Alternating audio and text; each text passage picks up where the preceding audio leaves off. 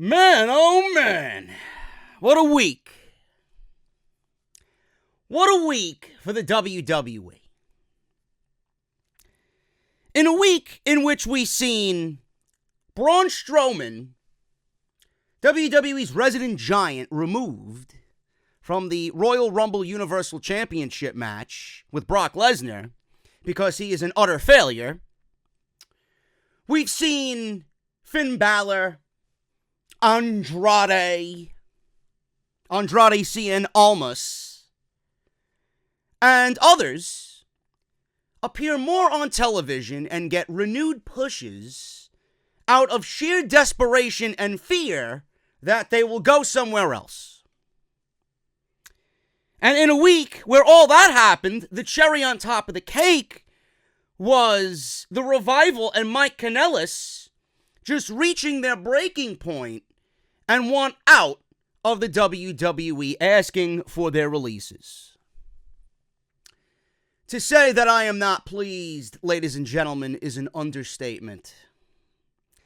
And underneath all this, I gave you my professional opinion on why these things are happening, and people still want to find a way to tell me that I'm wrong and find a way to continue to beat me down all over social media as a guy who doesn't know what he's talking about.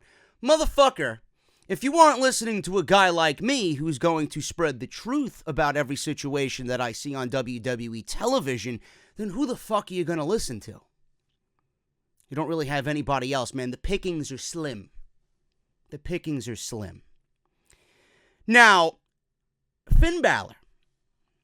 He replaced Braun Strowman in the Universal Championship match at the Royal Rumble. Why?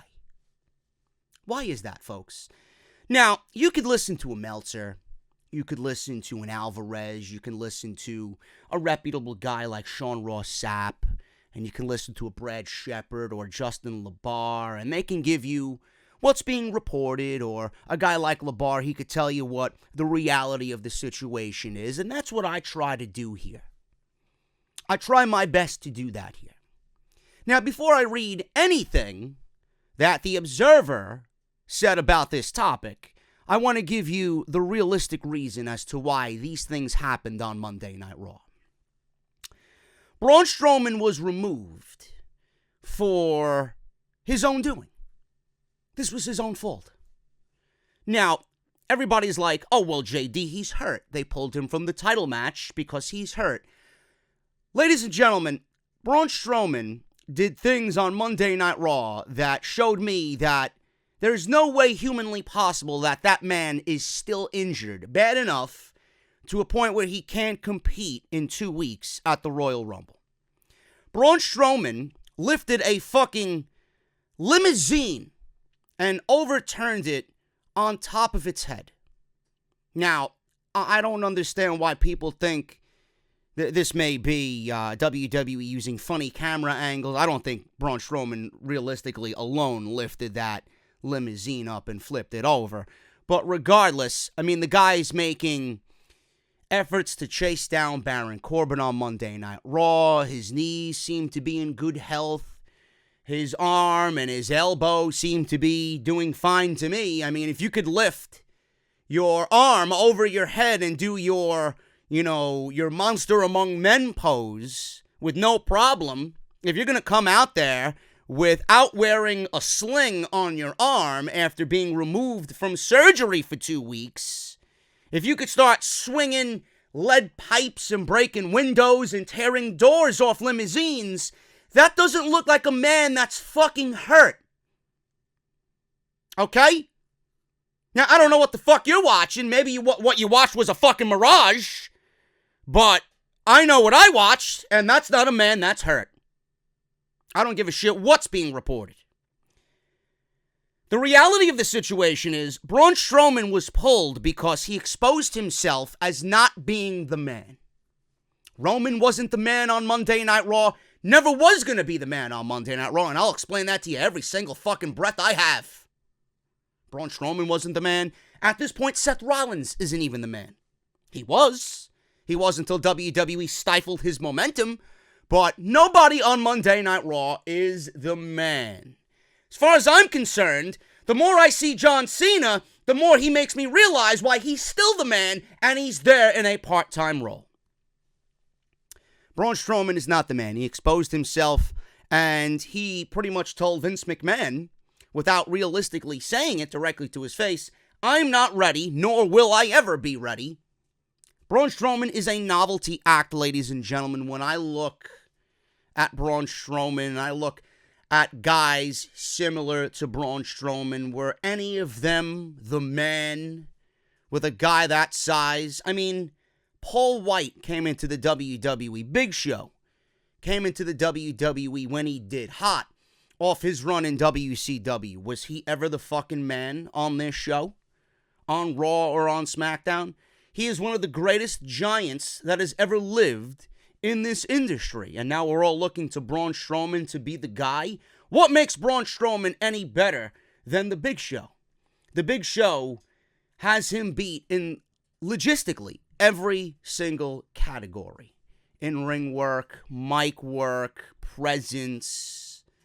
So Braun Strowman, when you compare him to other giants, why does Braun Strowman deserve a Universal Championship or a championship in WWE? You know, I had a subscriber of mine, a patron of mine, come and tell me, you know, when I look at Braun Strowman, I compare him to the other giants that WWE has in their history. Big John Studd and Andre the Giant. Were they ever placed in a position where they were the face of WWE? No. No. When you bring in a guy like that, he is nothing more than a mere novelty act. Braun Strowman lifts things up, he destroys things, but when I look, and I might be, I guess, cynical or very picky with the things that I say and the individuals and the wrestlers that I like, but when I look at a world champion, I don't look at a guy like Braun Strowman as being a guy who's going to deliver world champion-like work in the ring. If you honestly place Braun Strowman in the main event, your main title more than likely is going to be looked at as an embarrassment. He's not going to deliver the in-ring performance of a champion. When I think of champion, I think of AJ Styles, I think of Shawn Michaels, I think of Ric Flair. Workers. Legit workers. Now, I don't understand why people are looking at Braun Strowman as the guy. He was never the guy. He was never the guy. His momentum was fucking killed ever since the turn because they wanted to continue the Roman Reigns agenda. And after that, I never looked at him the same because WWE was pretty much telling you, they were telling the audience that this guy's expendable. We can put him in this role. And then all of a sudden, Roman Reigns dropped the bombshell that he was hurt. And then WWE tried to backtrack what they were doing. And they realized, well, we turned this guy heel to feed the Roman agenda, but we're going to turn him babyface again. And I don't think people will realize what's going on because they're stupid. But what WWE did was they gave him Money in the Bank. He lost Money in the Bank. He was never the world champion. He didn't beat Roman. He didn't beat Brock. So why the fuck should I ever give a shit about a fucking Braun Strowman? It's over. It's done. Braun is never the man. He's not going to be the man on Raw. He's not going to be the man on SmackDown. And what happens if Braun Strowman won the Universal Championship? Is he built up enough to be a dominating force like a Brock Lesnar? He's going to have this mythical fucking aura about him? What if he is the Universal Champion? Or a champion in general? Does he have that type of appeal that's going to resonate with the audience? Well, this guy is not unbeatable. Motherfucker, Brock Lesnar beat him in less than 5 minutes. So that's all you need to know about the worth of Braun Strowman. Give me a fucking break. It's over. All the Braun Strowman elitists out there, and all the Braun Strowman bandwagoners, these people who live and die by Braun Strowman, your guy's done. Your guy's done. Mixture of his own fault because he's not ready. He was never ready. And this is a mixture of WWE as well by booking him incorrectly and inconsistently. So your novelty act is no more. Braun Strowman, I don't even know where he finds a place on Monday Night Raw because realistically, there's nothing left for him to do on Monday nights. And right now, the way I feel about Braun Strowman, and believe me, I was a fan who advocated for him to beat Lesnar at No Mercy in 2017. Did they do that? Did they strike while the iron was hot? Of course they didn't. WWE never does. They never do. So Braun Strowman is over, folks. The novelty act will remain a novelty act, and he's not a world champion. Now, with Finn Balor, I was a huge advocate for Finn Balor. I loved everything that Finn Balor did in NXT. He had a very storied history. He came over from Japan. The entire mythical meaning behind the name Finn Balor, I fell in love with it. I love that type of shit. Finn Balor came off as a top guy in NXT, and that's what they typically do with big name signings. They bring them into NXT, and you get a taste of how they are going to develop, and you could see the progress made in NXT. And when you're watching at home, you get this feeling of, yeah, this guy's going to do good on the main roster. And he had this unique aura about him. He was cool, he was badass, he was different. And then when shit really needed to take a turn and, they needed to go into that second gear, they unveiled the Demon. The Demon had this mythical, just epic feel to him. The way he came out, how he looked different, and the different styles of body paint that he would put his body through. Each and every takeover, every time that we called upon the Demon, he just looked different. Whether it was him going into a different city and playing off some historical aspect pertaining to that city. It was just so different, and it made Finn Balor stand out amongst everybody. And then he got the call to the main roster. And for a little bit, they kept up that momentum that he had in NXT. He made Monday Night Raw. He was drafted to Raw. He had a huge night on his first night on Monday night, beating Roman Reigns, earning the right to fight Seth Rollins at SummerSlam for the then vacated Universal Championship, which would ultimately be the first time anybody was crowned the Universal Champion. And then he got hurt. He was out for 8 months, and after that, he never recovered.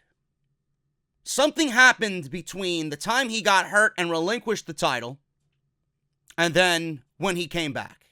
That whole span of 8-9 months was just as if Finn Balor didn't even matter to anybody anymore.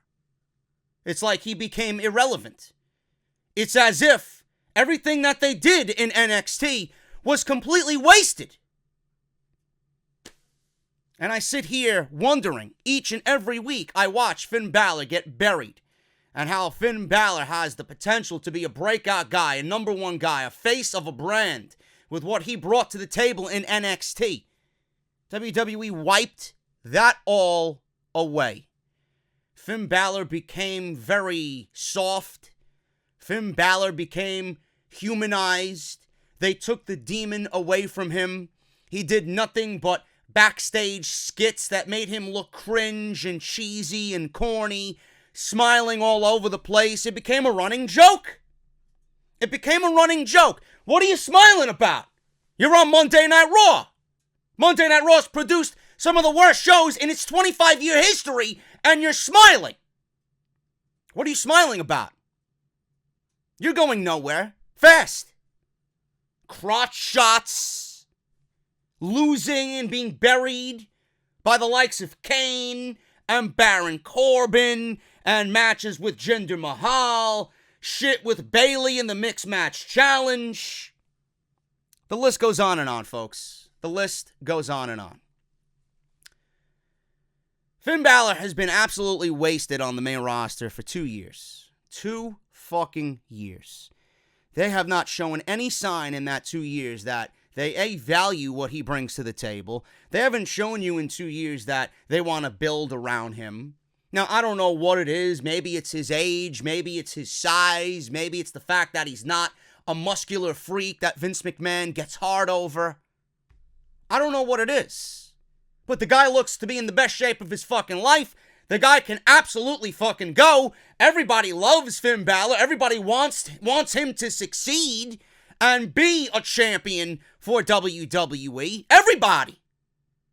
Everybody but one man. Everybody but Vince McMahon. Now all of a sudden, people are out there claiming, oh, Finn Balor's finally getting a push. Finn Balor is gonna be a Universal Champion. He's got the match with Brock Lesnar. The one thing that I seen all week after I made my Monday Night Raw video, which is almost at 50,000 views. I'm glad each and every one of you, even the haters, I know you're fucking watching me. Everybody that can't stand my fucking guts. Do you know how many times this week I was told, well, JD, you're a fan of Finn Balor. You're finally getting what you want, and you still complain. You know, I don't know what else I have to say. I don't want to raise my voice. I don't want to fucking throw the F word around every other word, every other sentence. I don't. But what I want to do is speak to you in a logical fucking way. Finn Balor. It's not about him finally getting pushed. It's not about us Finn Balor fans and those who've supported Finn Balor to finally embrace what's happening, what should have been happening after all these years. It's the simple fact that it looks great on the exterior, but when you dive deep, when you drill a fucking hole into the center of what the issue is, what is the issue? It's not about finally being happy that this guy's getting what he deserves.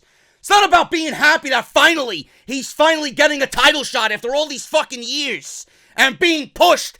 He should have been pushed from the very beginning. He should have been pushed ever since he came back from injury. Why does WWE find value in it now when in the last 2 years, if Finn Balor went away, Monday Night Raw wouldn't have even noticed? It's not about being happy and being content with what they're giving you right now. You have to dive deeper into the fucking issue of why they're doing it. Why are they now doing it? What is the reason behind it? If I sat here complacent and accepted everything WWE gave us, then I wouldn't be in the position that I'm in. I'll be like everybody else, just fucking going through the phase, going through the motions, not giving you a realistic view of what really is happening, and I'll just sit here and bend over and accept it and take it up the ass. Is that what you want me to do? Or do you really want me to give you the fucking reason as to why this is happening? Why wasn't this happening already? Why hasn't Finn Balor been a Universal Champion? Why hasn't Finn Balor been an Intercontinental Champion? This is a company that didn't value him as a Universal Champion. This is a guy that they didn't value coming out of NXT. They stripped him of everything that made him unique. Why wasn't this guy worth an Intercontinental Championship reign on Monday Night Raw? Can you answer me that question?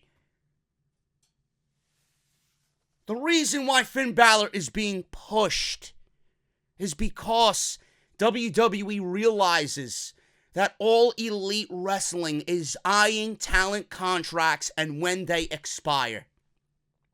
WWE is pushing Finn Balor now because they are fearful that he may be one of the ones who may put a smile on his face and say all the right things on social media, but deep down at the center of it, he may be unhappy and he may look for a way out and he may look to take his services somewhere else. Or it could be one of those things where Triple H finally, after years of battling management about Finn Balor and everything else that he's done to create this unique character, finally, after all these years, someone has caved in, and gave Triple H what he wanted. A guy that he built up so much in NXT finally is getting what he deserves after 2 years. His investment is finally paying off. But is it truly paying off?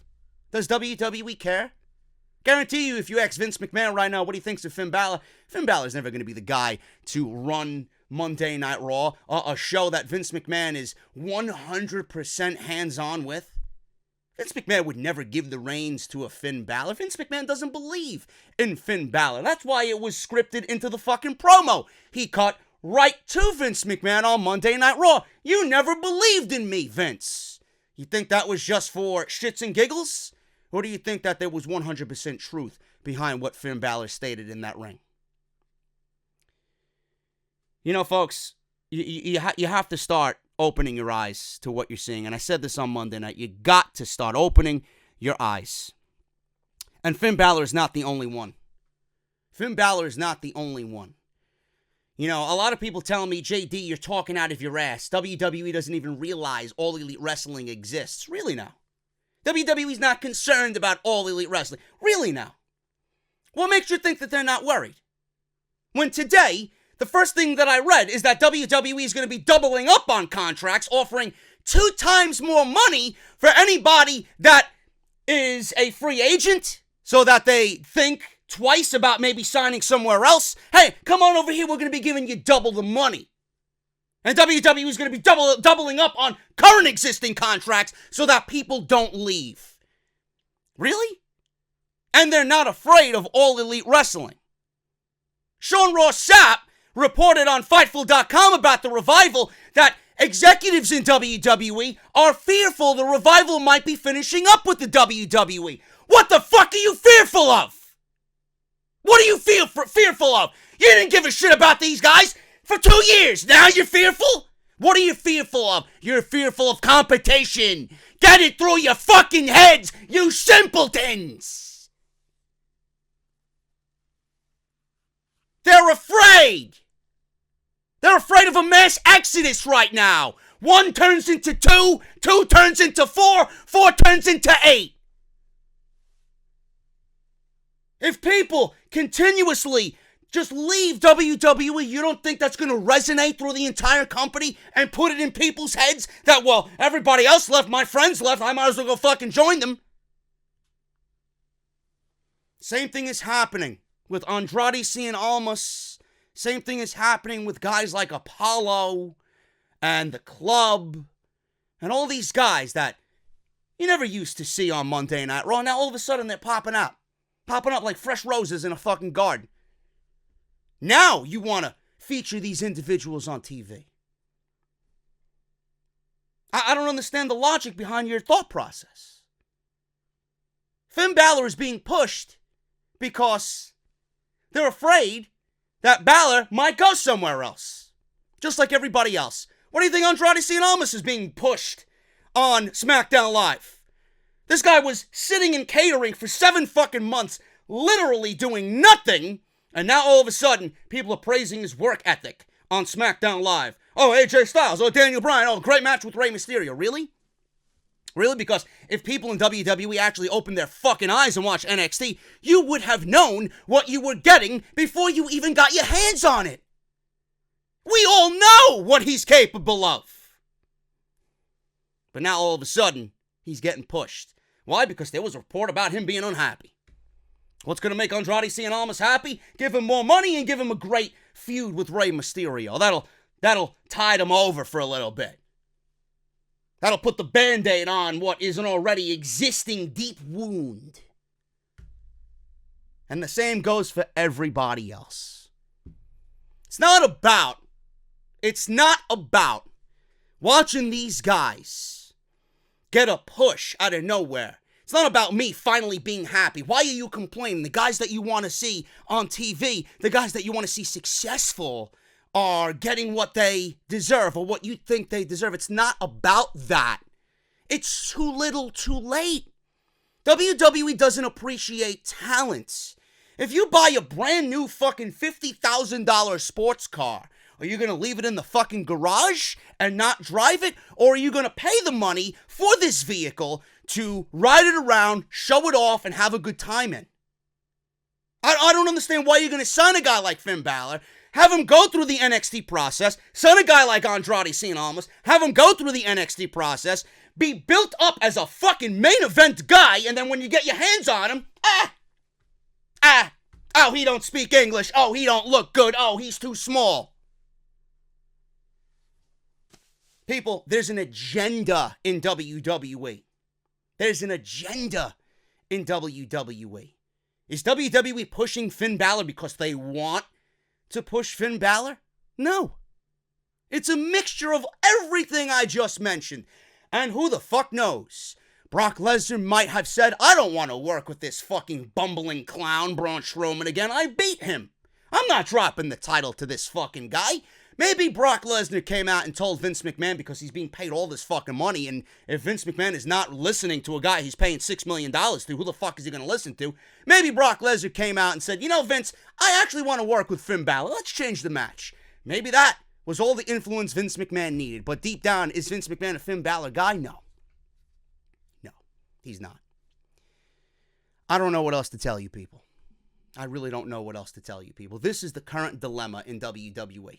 And even with the news of the revival, which we're going to talk about on the podcast today, the revival now, don't you think this is resonating throughout the company? You don't think the revival asking for their release is resonating throughout this fucking company? You think the WWE wants the revival to go to All Elite Wrestling and have barn burners with the Lucha Bros and the Briscoes and the Young Bucks, Kenny Omega and Kota Ibushi, LAX, and every other fucking tag team that's going to walk through All Elite Wrestling's doors? You think they want that? Of course they don't want that. The revival is just in the same boat, just like Balor and just like Andrade Cien Almas. They're now being treated and being featured on TV, treated better and now being featured on TV because WWE realized that if these guys continue to not be used, they're just going to end up walking away, or when their contract is up, they're going to go anyway. So what is WWE doing now? The revival I mentioned on my fucking rant on Wednesday. The revival are in the best position that they ever could be in because now it's out there that they don't want to be in the WWE. They may get a pay raise. They may get the Raw Tag Team Champions out of it just to keep their mouth shut, and WWE is going to try and make an attempt to keep them happy, but is it worth it? Do you trust anybody that took you from NXT after being built up brilliantly by Triple H?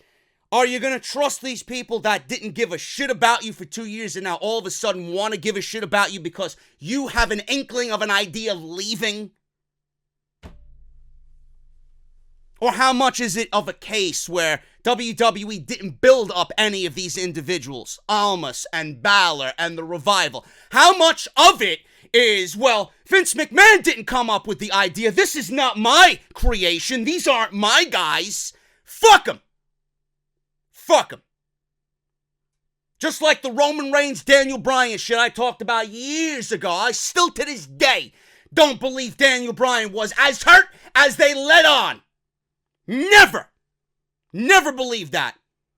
Just like that, I believe within my fucking soul that Vince McMahon and everybody around him, Vince McMahon's a fucking cutthroat son of a bitch. Everybody around him has the same fucking mentality, and they're bred and fucking taught the same way. You don't think people in WWE want to take what Triple H is doing, take it after we all know how successful it could be? Take it and then fucking kill it and then turn around and tell him how much of a failure he is? Oh, it's WWE. They wouldn't do that on an investment. Yeah, sure they won't. Just like they killed everybody else that comes up through NXT. They won't kill their investment. Balor, dead. Almas, dead. Strowman, dead. Revival, dead. And everybody else that fucking failed on the main roster. Because you didn't give a shit about them, and you're never going to give a shit about them. And the only reason you do give a shit about them is because they want out. Do I need to explain myself in any more detail?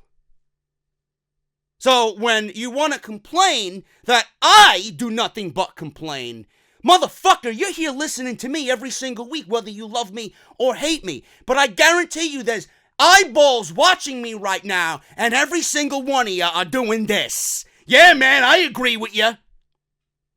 Yeah, man, you're right. You're making a lot of sense. No shit. Why Finn Balor replaced Braun Strowman in the Universal Championship match at the Royal Rumble? You like that fucking cold open? Let me see anybody else do a fucking cold open that way, motherfucker. Dave Meltzer noted on the Wrestling Observer Radio that Finn Balor was always... This is a bullshit story. This is a bullshit story. That Balor was always supposed to replace Strowman in this match. I don't believe that for a goddamn second. Now, it turns out that this plan was set in motion a long time ago because WWE wanted a big man match to hype the Royal Rumble ticket sales. Now, they once got closer to the date and they realized that, hey, we need to make the switch. He says, and I quote, "This was the plan all along. So here's the basic situation because I think everyone is going to say that his elbow wasn't healed, and that's why they did this. Brock Lesnar vs. Finn Balor was always the main event of the show." I don't agree with that whatsoever. I think Dave Meltzer is honestly pulling fucking strings from his fucking ass, and he's grasping at straws right now. At Crown Jewel, he says, Lesnar and Strowman wrestled, and Baron Corbin got involved in the match. The idea was to, in fact, set up Lesnar versus Strowman at the Royal Rumble at that time. Now, what happened was Vince started thinking about it, and he had already had this storyline started, and everything like that at some point, Vince McMahon thought, what do we do? What do we do? This is long-term planning that we all know needs to happen. This is Vince McMahon, short-term, everything. He's short-terming everything. He makes something, and then he doesn't plan it out. So Strowman lost at Crown Jewel. How could you even book this man in another match with Brock Lesnar and make him look believable after he lost in less than 5 minutes? Even with the sneak attack from Baron Corbin. There's nobody watching the Royal Rumble that's going to put faith in Braun Strowman beating Brock Lesnar if that is the case. The match from the beginning never made any sense. But I'm not going to sit here and tell you I agree with Meltzer because I think that the plan all along was Strowman and Brock Lesnar. And what happened a couple of weeks ago with Braun Strowman forgetting his fucking lines, I think that was the nail in the coffin. I honestly think, this is bullshit, I honestly think that whatever happened in that promo with Lesnar and Strowman killed this entire match dead. Somebody in the back grew a fucking brain. They were watching this guy fucking fail miserably live on television, and then they realized, well, hey, this isn't the guy in B. What the fuck are we going to do if he loses again? What are we going to do if he loses again?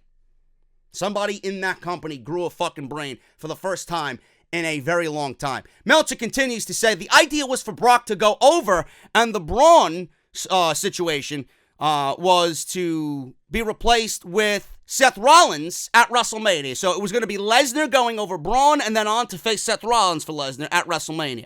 At one point, Vince thought this wasn't a good idea because Strowman just lost and he's hot, but he just lost. Strowman was never hot. Strowman was never hot. I don't give a fuck what they were thinking. Strowman was never hot. You killed him dead. As soon as you turned him heel, he never recovered. He never recovered. And then they had to do an injury angle, so the idea was that, the idea is there, but it still kind of hurts him. So he basically felt like he couldn't afford to beat Strowman again at the Royal Rumble. So the choice was to let him win the title, which was not in the cards, beat him again, which he didn't want to do, or don't have the match at all, which ended up being the choice that they went with. With him out, it's like, who do we put against Brock Lesnar? End quote. Now, it was noted that they didn't have many babyface replacement choices and didn't know at the time when John Cena would be available. Brock Lesnar wanted to work with Finn Balor a year ago, so they're doing it now. That was the idea thrown out there, that Lesnar wanted to work with Balor. I don't know if the idea came up again. Maybe Brock put in for Finn Balor again this year. We don't know. It's not been reported. But I can tell you that the match that they went with Balor and Lesnar, even though it reeks of fucking desperation like I already explained to you, it is the much better match compared to a Braun Strowman match. Because I'm thinking that if Lesnar and Balor are the Universal Championship match and Lesnar wants to work with Balor, he's going to do everything in his power to make him look good because we've seen it with Styles, we've seen it with Bryan. And Everybody that wants to fucking shit on Brock Lesnar, but when he wants to work with the guy, more times than not, he shows up to work. So I'm assuming that Brock Lesnar is going to show up to fucking work on January 27th. And you know what? Good. But that doesn't take away from the fact that this is too little too late for Finn Balor. Everything that I explained to you is exactly what it is. Now, I would have been okay with John Cena. I would have been okay with John Cena and Brock Lesnar again. I would have been fine with that. Lesnar wanted to work with Balor. After all, Lesnar likes working against smaller guys who he can do things with in the ring rather than another big guy who don't know a wrist lock from a wristwatch. So, WWE, with them, things can always change. We don't know what the fuck Braun Strowman's doing at the Royal Rumble. Now, for all I know, Braun Strowman can enter the Royal Rumble and gain entry into the WrestleMania main event again. I hope to fucking God that doesn't happen.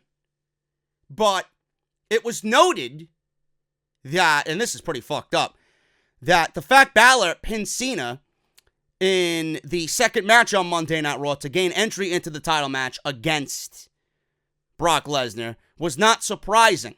Since Crown Jewel, people still have that fresh in their memory, and a lot of people wondered, with John Cena losing, is this a way WWE is punishing John Cena for pulling out of that show?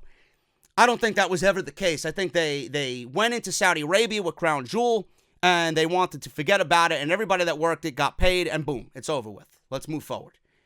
So it was even reported in Sports Illustrated that Cena being pinned cleanly has nothing to do with him refusing to work Crown Jewel. They actually revealed that the finish of the match was actually John Cena's idea, and he offered to take the fall to make Balor a bigger star. This decision was a good example of WWE listening to its fans, and after the likes of Kevin Owens and Shinsuke Nakamura, a lot of people want to shit on John Cena, but John Cena has put over a lot of young talent in the WWE, and I don't think John Cena gets the credit that he really deserves. He is definitely winding down. John Cena's not going to go in there and beat somebody who needs a win more than anybody. He put over Finn Balor, he put over Nakamura, he put over Kevin Owens. A lot of young guys he helped in the last couple of years. And I appreciate him doing that. So all the people that shit on John Cena, I think you got to tone that shit down. Now, the reason why WWE continued to promote Brock Lesnar and Braun Strowman for so long, if the match was never the original idea. According to Meltzer on this topic, the decision behind the continued advertising was done to continue selling tickets. Considering that this year's Royal Rumble is emanating from Chase Field, a baseball stadium, the company wanted to ensure that they would sell approximately 40,000 tickets to the WWE Royal Rumble. As far as WWE was concerned, Brock versus Braun was the way to do it. I honestly think it's backwards. Brock Lesnar had a recent string of matches against smaller opponents. He recently enjoys, or it was reported that he recently enjoys working with these kinds of superstars. This could be another reason why Balor is now going on to face Lesnar. Finn has spoken before about facing off against Lesnar, and finally is getting his opportunity to reclaim the championship that he never lost. Now, that's pretty fucked up if WWE was pretty much, I guess the right terminology for me to use is WWE was catfishing their fans. And for them to promote a match when, according to Lesnar, it was never realistically the number one option, it's pretty fucked up. Now, people are upset. How many of those people are upset that they're not getting Braun Strowman versus Brock Lesnar and that they were led on all of a sudden for WWE to change? But, WWE usually puts in very tiny lettering at the bottom of the promotional poster, cards subject to change. But it's being reported by Meltzer that WWE wanted to continue promoting Braun Strowman because it was a better way to sell tickets. I honestly think, like I just said, I think it was the other way around. If you're promoting Finn Balor versus Brock Lesnar, I would be more prone, and I think a lot of you guys would be more prone to buy tickets to that match and that event to see that match because it's never happened before. Why would you have any interest to go watch Braun Strowman and Brock Lesnar again when we've seen it twice before? Instead of a fresh matchup with Finn Balor and Brock Lesnar. I think WWE honestly got their shit backwards. If you promoted Brock Lesnar versus Finn Balor for the Royal Rumble, who's watching the Royal Rumble specifically for that match? You're watching because of the Royal Rumble. You're watching who gains entry into the WrestleMania quote-unquote main event. You're not ordering the pay-per-view to sit there for 5 hours to watch fucking Brock Lesnar versus Finn Balor. But that's, to me, is a better way to enhance ticket sales by promoting a match that never fucking happened before. Instead of something that we've seen already and nobody really has any interest in at all. So I don't really get that mentality from WWE. Now, a lot of people are asking, does Braun Strowman have backstage heat? You said that he wasn't hurt. He didn't look hurt. WWE pulled him out of this match. Does he have backstage heat? WWE made a very interesting decision, yes. But Mike Johnson of PW Insider Elite Audio addressed the idea of Braun Strowman having backstage heat in WWE. After all, that's what most fans go to whenever someone loses a spot on the card. Everybody's got backstage heat. But apparently, according to Mike Johnson, that is not the case at all. He says, and I quote, "I have not heard there's heat on Braun Strowman. No, there's no heat on Strowman. It is more likely that they don't want to beat him at the Rumble, and they're right on this if that is the case. That will kill him off and hurt him in terms of his momentum, and they decided to go somewhere else, which is the Finn Balor route." Yes, on the exterior, this is all great. You got to dive deeper, like I said. You got to drill a fucking hole and get to the center of the issue. Give me a break. Give me a break. WWE didn't want to put Braun Strowman in a position where he would be forced to lose to Brock Lesnar again. We're not sure if the match will happen down the line, since WWE reportedly has Brock Lesnar's WrestleMania opponent in place, but there will certainly be other title opportunities, I'm sure, that Braun Strowman will receive in the near future. So that is that. That is that. You know, it was funny. Superstar Billy Graham took to Facebook and said this, and I quote, "Well, fans, just my professional opinion once more, and certainly nothing personal about any of the talent, but as you folks who watched Raw last night," I think he posted this on Tuesday, he says, I didn't know that the monster among men, Braun Strowman, has been pulled from the main event against Lesnar. Despite Strowman's superhuman strength and his ability to overturn paramedic trucks, 18-wheelers, 10,000-pound cab trucks, and then overturn Vince's limo, he can't quite seem to beat a mere mortal in Brock Lesnar. So now he's been replaced with someone in Finn Balor less than 2 weeks before this mega pay-per-view. Does anyone in their right mind believe Finn Balor has a chance in hell of beating Brock Lesnar? I would want my money back immediately. Word is Balor will spend 3 hours getting his spray paint demon gimmick on to help him beat Lesnar, who it looks like to me outweighs Finn by a good 100 pounds. So Billy Graham continued this rant on social media and said about the WWE double-crossing fans by putting in a man who will not sell one ticket to see this match. He says, and I quote on this topic, but the following news by Meltzer is very telling. Meltzer is reporting that this was the plan all along to sell tickets, knowing that fans would not buy Finn Balor against Lesnar. So that is where the WWE is with their talent. They have to work on a gimmick that is a new one for me by advertising a wrestler the fans think had a chance to beat Lesnar to sell tickets, then pull the rug right out from underneath them, double-cross them by putting in a man who will not sell one ticket to see this match, also waiting as long as they could. Billy Graham closed this post on Facebook by saying, and I quote, "Damn, the WWE sucks when it comes to talent. I bet that Cody Rhodes and his crew will outdraw WWE head-to-head every time. Truly a colossal scam by the WWE. Man, do they ever suck." Signed, Superstar Billy Graham. Is he wrong? You know, he may be vocal, but is he wrong? I honestly think, me personally, if you're selling to me, I would love to know your guys' opinion on this. If you're selling to me, I'm personally going to think that Balor and Lesnar, Balor and Lesnar are the match that I would want to see more compared to a Strowman versus Lesnar. You know, and I think he's completely forgetting this match is not selling tickets. You know, it's on the undercard. Yes, it's a nice little, I guess, addition or cherry on top of the cake, per se. But this is not selling tickets. It's not meant to sell tickets. The Royal Rumble is the reason why you're going to be sitting at Chase Field, not Balor versus Lesnar. This is just a nice, oh, hey, this is great. You know, it's a nice little side dish. That's the only part I don't agree with him on. But everything else, I mean, is he wrong? Of course he's not wrong. Let me know what you guys think, man. That's the open to the show. You got to open your eyes. You got to open your eyes. How many times do I explain to you that I don't want to complain? I don't. It's not about me finally getting what I want.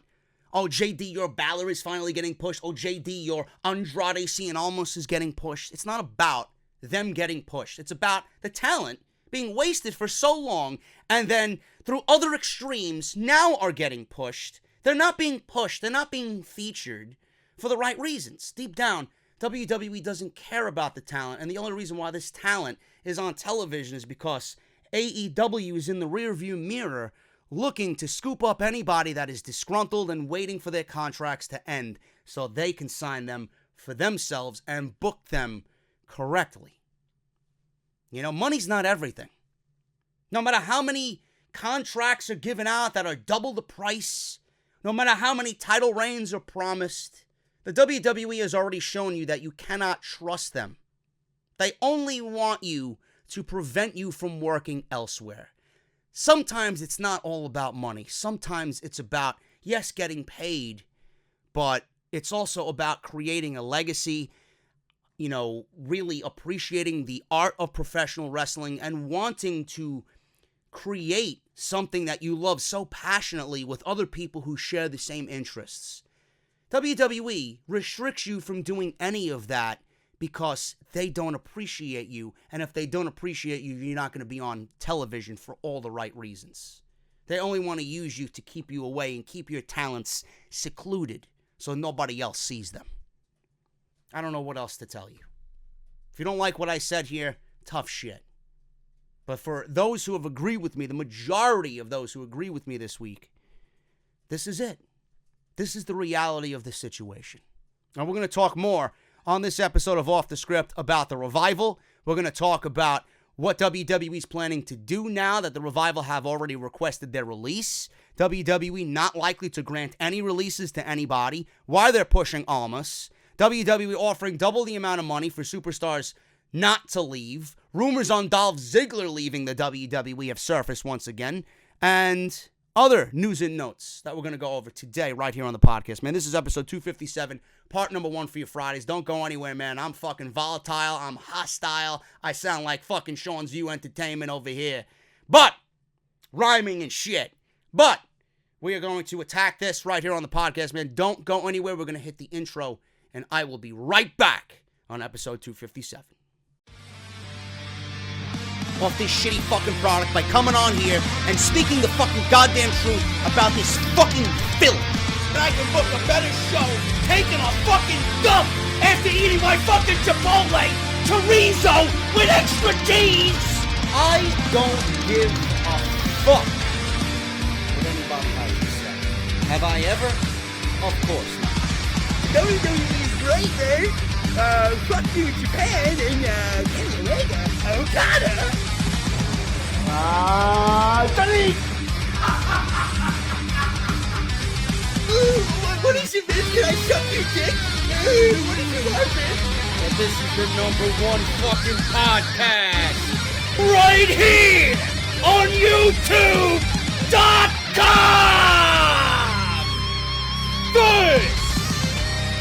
This is Off the Script. Man, I don't know how many of you guys went back and watched the Nigel McGuinness story on the WWE Network. WWE aired a documentary of Nigel McGuinness that immediately aired after NXT TakeOver UK Blackpool. And I didn't watch it immediately as it aired, but I watched it during the week when I had nothing to do. I sat down, I had a cold beverage, and I'm watching this, and man, was that a great fucking hour of just listening to him and just going through the waves with him, man. They did a masterful job of giving you the entire backstory to who Nigel McGuinness is, resulting in where we see him now in a prominent role as a color guy on WWE TV. Probably, I take Nigel over Corey. I honestly take Nigel McGuinness over Corey Graves right now as far as color men in WWE. Corey had that great Heenan-esque feel to him when he was in NXT, and I just feel like he's gone really WWE shill-like over the past couple of years. But Nigel, and the story that was told with Nigel, man, they documented everything from Ring of Honor and the hard-hitting style that he had in Ring of Honor. They documented his incredible match with Daniel Bryan. And it was his lifelong dream to get to the WWE, and he eventually gets a physical with the WWE. They want to bring him on in. Same time around Daniel Bryan, and he was honest that something was ailing him. And they wanted him to go get fixed. They wanted him to go get surgery, and then they would reevaluate him. But he had a doctor's note, and he had medical notes saying that, I've dealt with my client, and he's good to go for the physical activity that he wants to do. WWE's doctors didn't clear him. He had no money to pay for the surgery. So his lifelong dream about getting into the WWE were shattered. He looked upon Impact Wrestling. They gave him a run. And then that ended just as quick as it got started. And Impact Wrestling, while he was there, they found out that he had hepatitis. And then he proceeded to say, with all these setbacks, is this something that I could continue on? He went on a worldwide retirement tour. And honestly, I would be lying to you if I told you I didn't tear up. There was one part in the documentary that I actually did tear up when they had old footage of Nigel in his hotel room, and he was watching TLC 2011, where Daniel Bryan cashed in on the Big Show to win the World Heavyweight Championship. And Daniel Bryan won the championship. He gets back to the locker room and he texts Nigel McGuinness, and they have footage of him showing the text when it happened. Daniel Bryan texted him and said, "They just gave me the WWE World Heavyweight Championship tonight, and I wish that you were here to celebrate this with me, and I'm sorry that you're not." Man, I swear to God, the heartbreak that just resonated through the TV screen when you watch that footage of Nigel, it was just heartbreaking. It was absolutely heartbreaking, man. If you guys have not gone and watched that documentary, I urge you to, man. It was one of the best ones I think I've ever seen. Man, what a roller coaster of emotions. And it's just an amazing story of how everything just comes full circle, man. This guy's lifelong dream was to be in WWE. He wanted to be with his fucking friend, Daniel Bryan, to achieve all this success. While Bryan went on to main event WrestleMania and this and that, and Nigel was trying to find his footing after he retired, WWE introduces the United Kingdom Championship, the United Kingdom Tournament, and Michael Cole seeks out Nigel McGuinness, and they bring him on in as a commentator. He blows everybody away, and here we are looking at Nigel McGuinness right now. Honestly, I think Nigel's probably the best color man in all of WWE. I'd take him over Corey Graves any day of the week. I think Corey has kind of went into the WWE shill bin a little bit too much, and he's not as funny as he used to be. I really did get, honestly, everybody felt the same way. Everybody said the same shit about Corey Graves. And you got that Bobby Heenan-esque vibe to him. I don't get that vibe anymore. I really don't. I'm not saying that he's not good at what he does. He's great at what he does. I'm not saying that he's not entertaining. Of course he's entertaining. I just enjoy Nigel McGuinness a little bit more, man. Nigel is a student of the game. He is a brilliant mind. He tells a story and paints a picture that really nobody in WWE is doing. And that's why I think he compliments Mauro Ranallo so fucking beautifully. Speaking of Mauro, his contract's coming up in July.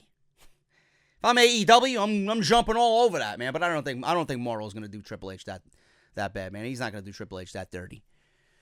But man, if you missed that, you got to go back and watch it. I thought it was fantastic. Really, really good shit, man. One of the best I've ever seen from WWE, and that's where they excel, man. That is their bread and butter right there. When it comes to the network, that shit, they'd sell a ton of network subscriptions if they promote that a little bit more, man. Excellent stuff on the Nigel McGuinness documentary. You know, I read this article, and it made me roll my eyes. It really did. Metallica. I'm not a big Metallica guy anymore. I'm really not. But I was on Twitter. I was surfing around on Twitter, you know, sifting through all the fucking garbage that I get thrown at me. If it's not a Braun Strowman super fan, it's now this week a Billy Kay and Peyton Royce super fans. Go get laid, please. Go get laid. Billy Kay is fucking terrible in the ring. God awful. Peyton Royce is not that much better. Yeah, I said it again. What are you going to do? What are you going to do? Huh?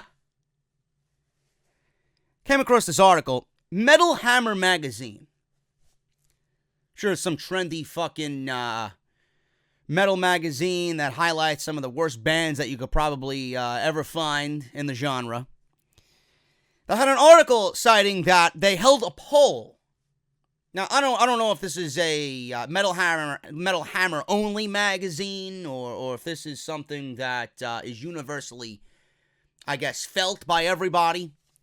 But they held a poll saying that Metallica's Master of Puppets is the band's best song out of everything that they've ever done. I have to disagree. I know there's some Metallica fans out there. Master of Puppets isn't even their best album. Master of Puppets is not even their best album. The song, the title track, Master of Puppets, isn't even the best song off the album.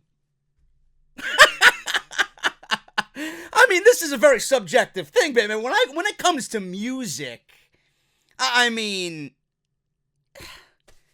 how? I don't know. I'm not saying that's a bad song. I'm not saying it's a bad song whatsoever. By the way, you got to hear Trivium's cover of Master of Puppets. Brilliant. Absolutely brilliant. But if I'm thinking of Master of Puppets, man, there is no song better than the first song of the album, Battery. That acoustic intro that comes in and just the energy of that fucking song, man. If I want something to pump me up, Battery was my go-to song always by Metallica. Now, their best song ever? I just got done saying that Master of Puppets isn't even the best song off Master of Puppets. Metallica's best song is The Four Horsemen. I'm sorry. You know, I cannot sit here and tell you that Kill 'Em All, the album that it was, even after it being remastered, you know, it sounds like shit. It's 1983. But man, Dave Mustaine and the solo he wrote on that song, man, absolutely Metallica's best solo, period.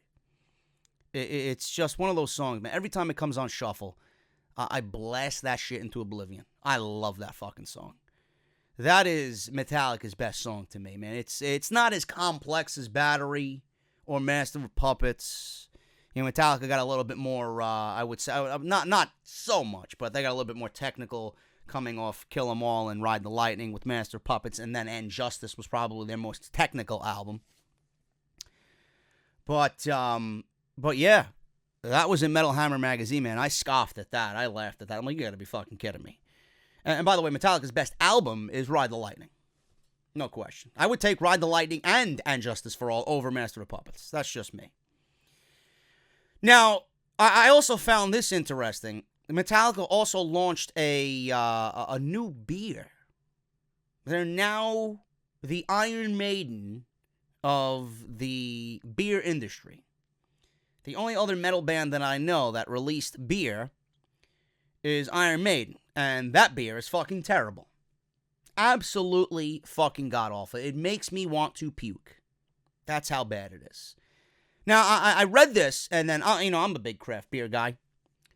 Metallica launched a new beer with Stone Brewing. First of all, Stone Brewing is terrible. I don't recall ever drinking anything from Stone Brewing that I liked. And if I see it, I always avoid it. But I read this, and again, I left. Metallica just launched a new beer with Stone Brewing's Arrogant Consortia imprint on the heels of their music-infused blackened whiskey. Now, that I'd try.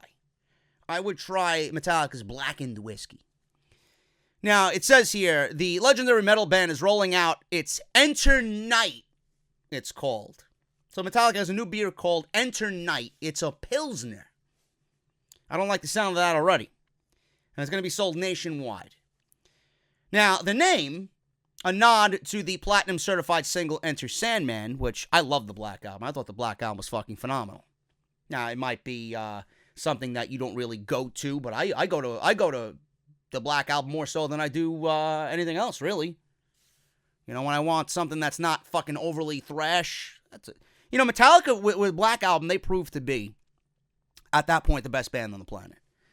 To go from End Justice and then do Black Album, you know, you hear it the first time, it's like, what the fuck is this shit? But that album took on a life of its own, man. You grew to appreciate the Black Album. And, you know, I don't think anybody who's talking shit about the Black Album, realizes how good it is, man. Some of my most favorite Metallica songs are off that album. Seriously.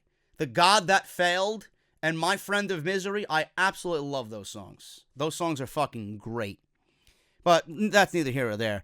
Enter Sandman off Metallica's self-titled 1991 album appears on a black and red can in the same style of the band's logo that frontman James Hetfield designed in the early 80s. I could have swore I seen this at my fucking beer distributor, man. If I did, I'm going to have to go and try it. I might even review it right here on the fucking podcast, to be honest with you. It's described, and this does not sound good at all. This sounds very commercial. Described as a crisp and refreshing Pilsner that transcends genres, shatters preconceptions, and challenges convention. The 5.7% brew was created on collaboration with Stone Brewing CEO Greg Koch. Man, a crisp and refreshing Pilsner sounds very Budweiser-like. If anything, I will show you how to drink a Budweiser. The best way to drink a Budweiser is to take a can, open it, and pour it down the fucking toilet. That's the best way to drink a Budweiser. Seriously. Anyway, man, I found that to be quite interesting and, a little eye-raising on the best Metallica song. I know we're not here to talk about music and beer, but it's my fucking show. I can do whatever I want. These are things that interest me, and I find that you might find an interest in them as well. So, there you go. Anyway, moving on. We got a lot to cover today, man. Today, we're going to go over all the news. We're going to go over my number 4. Actually, no, not number 4. We're the 4th pick, but my number 2 pick. We're counting down. If you guys have been paying attention to the end of part 3 on the podcast the last couple of weeks, we're counting down the greatest Royal Rumble finishes of all time. We're up to number 2. Can you guess what it is? I'm not going to tell you, but when I tell you what it is at the end of the show, you're going to say, oh, shit, man. You're going to go back and watch it, and you're going to relive the greatness, the creative greatness that came along with the specific Royal Rumble, man. Love it. So we'll talk about that at the end of the show, and we got a bunch of news to get into right here on Off the Script. Episode 257, part number 1. Thank you guys so much for joining me. Follow me on social media, man. You guys know what to do. At JD from NY206 on the Twitter and on Instagram. I've been posting a lot more on Instagram. Thank you for, hitting me up on Instagram. Thank you guys so much for all the support over there. Same thing, JD from NY206. Follow me on Twitch, JD from New York. I'm on there twice a week, streaming the game stuff and all that nice gaming stuff over there. And then hit that subscribe button, man. We are now almost at 105,000 subscribers. The growth this week has been fucking immense. I love it. Thank you guys so much for being a part of the channel. Hit that bell, or turn on that bell, rather, for all notifications. Just make sure that you guys are notified, man. Click on all uploads, that you want to be notified of all uploads. And if that doesn't work, actually, this might not even be a fucking thing anymore. I know YouTube is getting rid of automatically pushing the videos when you upload them to Twitter. So we have to go in to YouTube manually and then post to Twitter. It's not going to be updated automatically anymore. So you guys need to step up your game and realize that with the schedule that we have here, that you know what to expect every time, every day, every week. But make sure you hit that bell, man. Turn on that bell for all notifications and tell them that you want to be notified of all the uploads. Patreon.com/JD from NY206, man. Thank you guys so much for all your support on Patreon. We are doing very, very well over there. You guys get exclusive stuff that you won't get on the YouTube channel. You guys get the audio versions of literally everything that I upload on YouTube for easy listening. So if you guys are on the train or at work or on the go, you're at the gym and you want to listen to the podcast, say you want to listen to the Monday Night Raw review and you don't want to waste battery and bandwidth on YouTube, man, I'll upload it for you on Patreon, and you got the audio version. You're not going to get that anywhere else, not even on iTunes, man. But I want to shout out Damon for a $5 pledge. He pledged on January 12th. We had Thai psychopath Drew Mick in Thailand, so he raised his pledge to $28. Thank you so much, brother. Matthew Carolina, he raised his pledge to $30, up from $25. And we have Enrique pledging $1, man. Thank you guys so much for all the support on patreon.com/JD from NY206. T-shirts, man. I'm getting my creative juices flowing. I want to bring out a couple more designs before WrestleMania. But if you guys want to check out what I got already, 18 designs in total on barbershopwindow.com/offthescript. We are the sister site. Barbershop Window is of Pro Wrestling Tees, so you guys know that you're getting quality, man. 1 Hour Tees is fucking phenomenal at what they do. The quality of these shirts is great, and you guys can save money, man.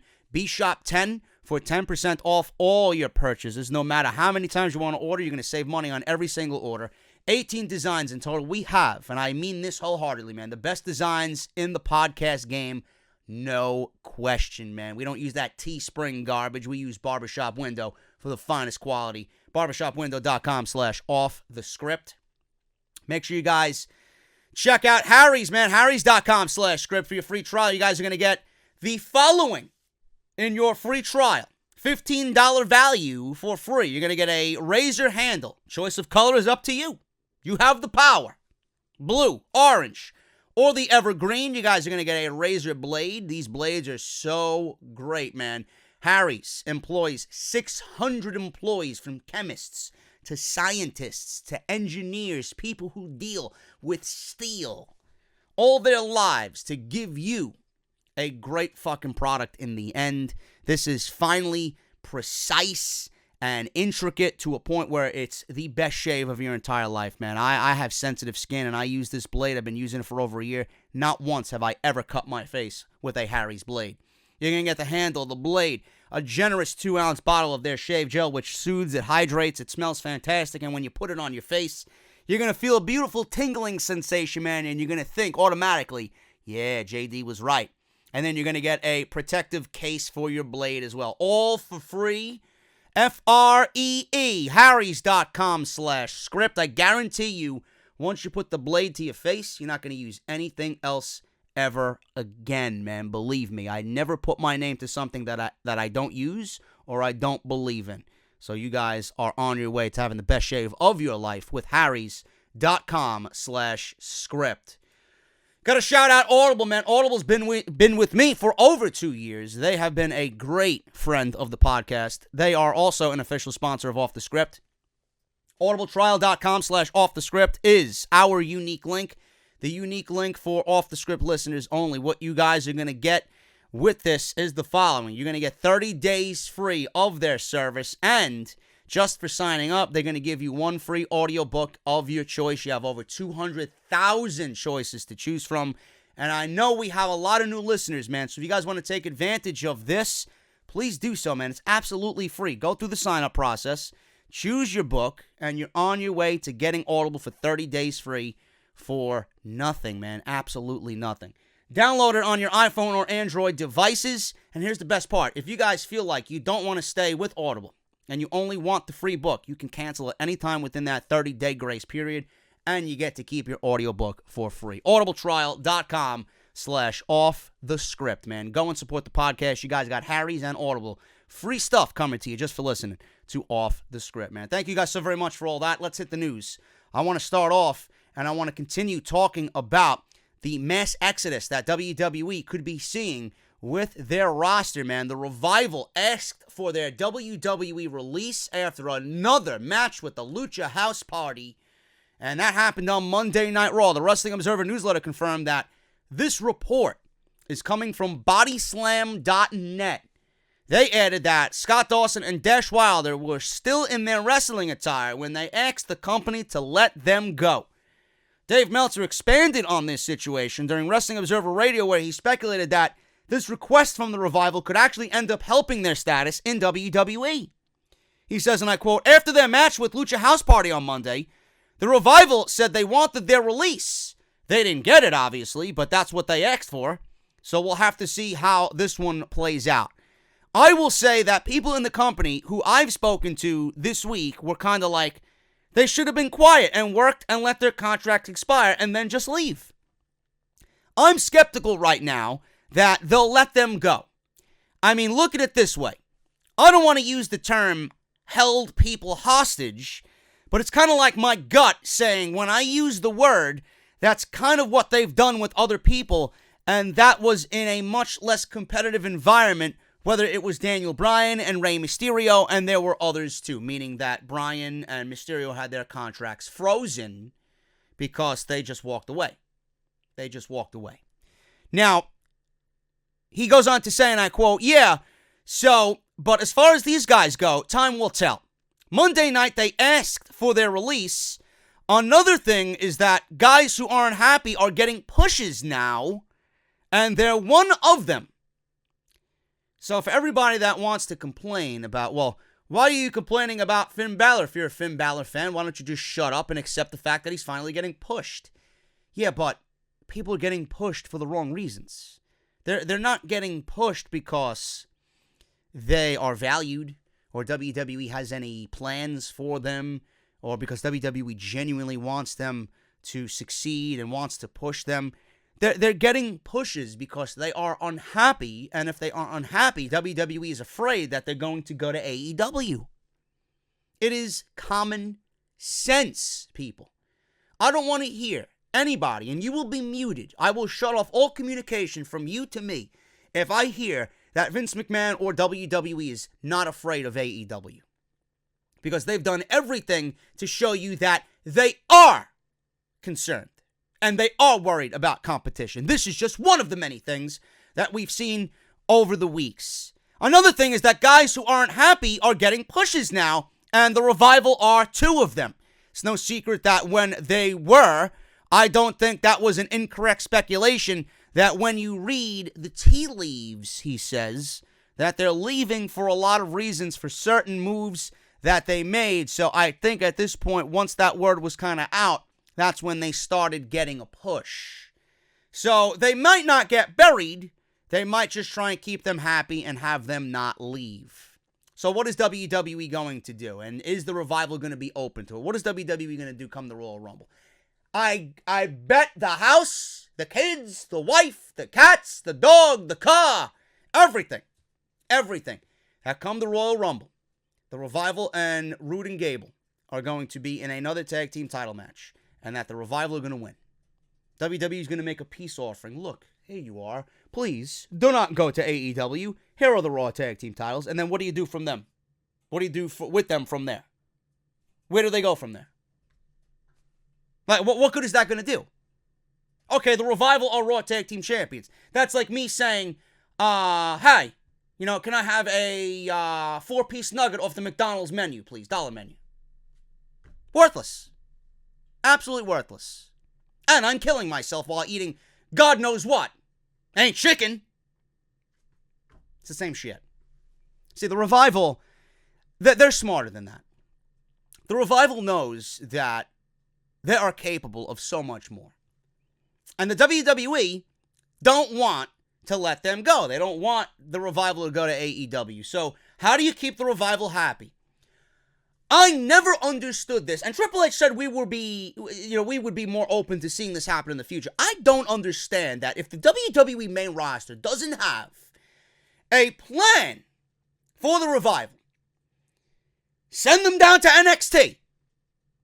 That would make them happy. I guarantee you, if you ask both Dash and Dawson, Were they happy when they got the call? Maybe initially, but I guarantee you if you asked them, where would you rather work, NXT or the main roster? Guarantee you they would say NXT. Move them back down to NXT. Seriously. There's nothing wrong in doing so. Look at the competition that they could have in NXT. War Raiders, Street Profits, the Undisputed Era. You know?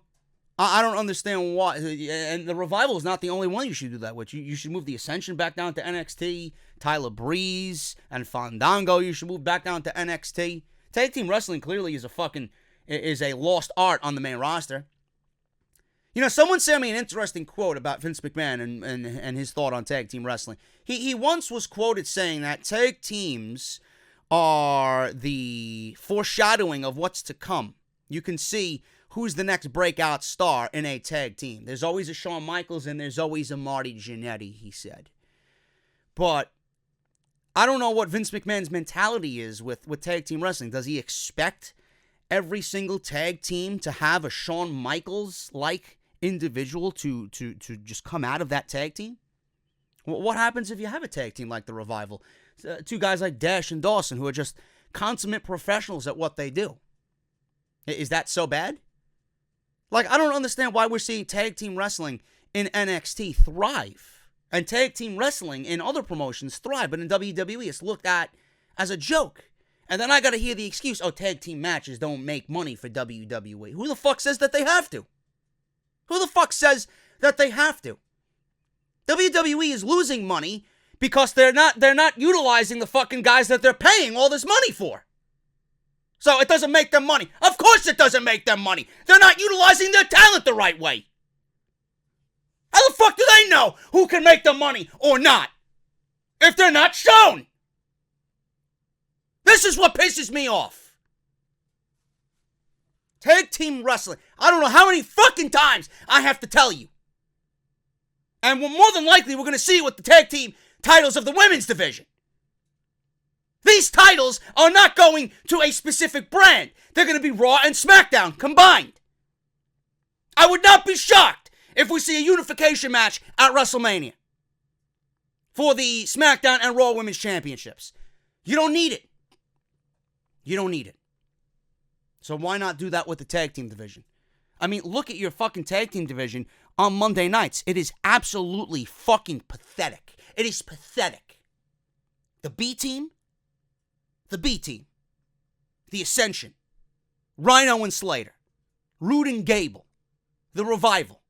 Where's AOP? I don't know.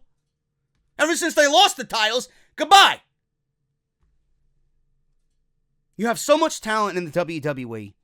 WWE, I don't want to hear it from anybody. They could have a thriving tag team division. And I mentioned this on the Revival rant video I did on Wednesday. You have so much talent. You got Sami Zayn and Kevin Owens coming on in. Man, are they missed on Monday Night Raw. You could pair them up.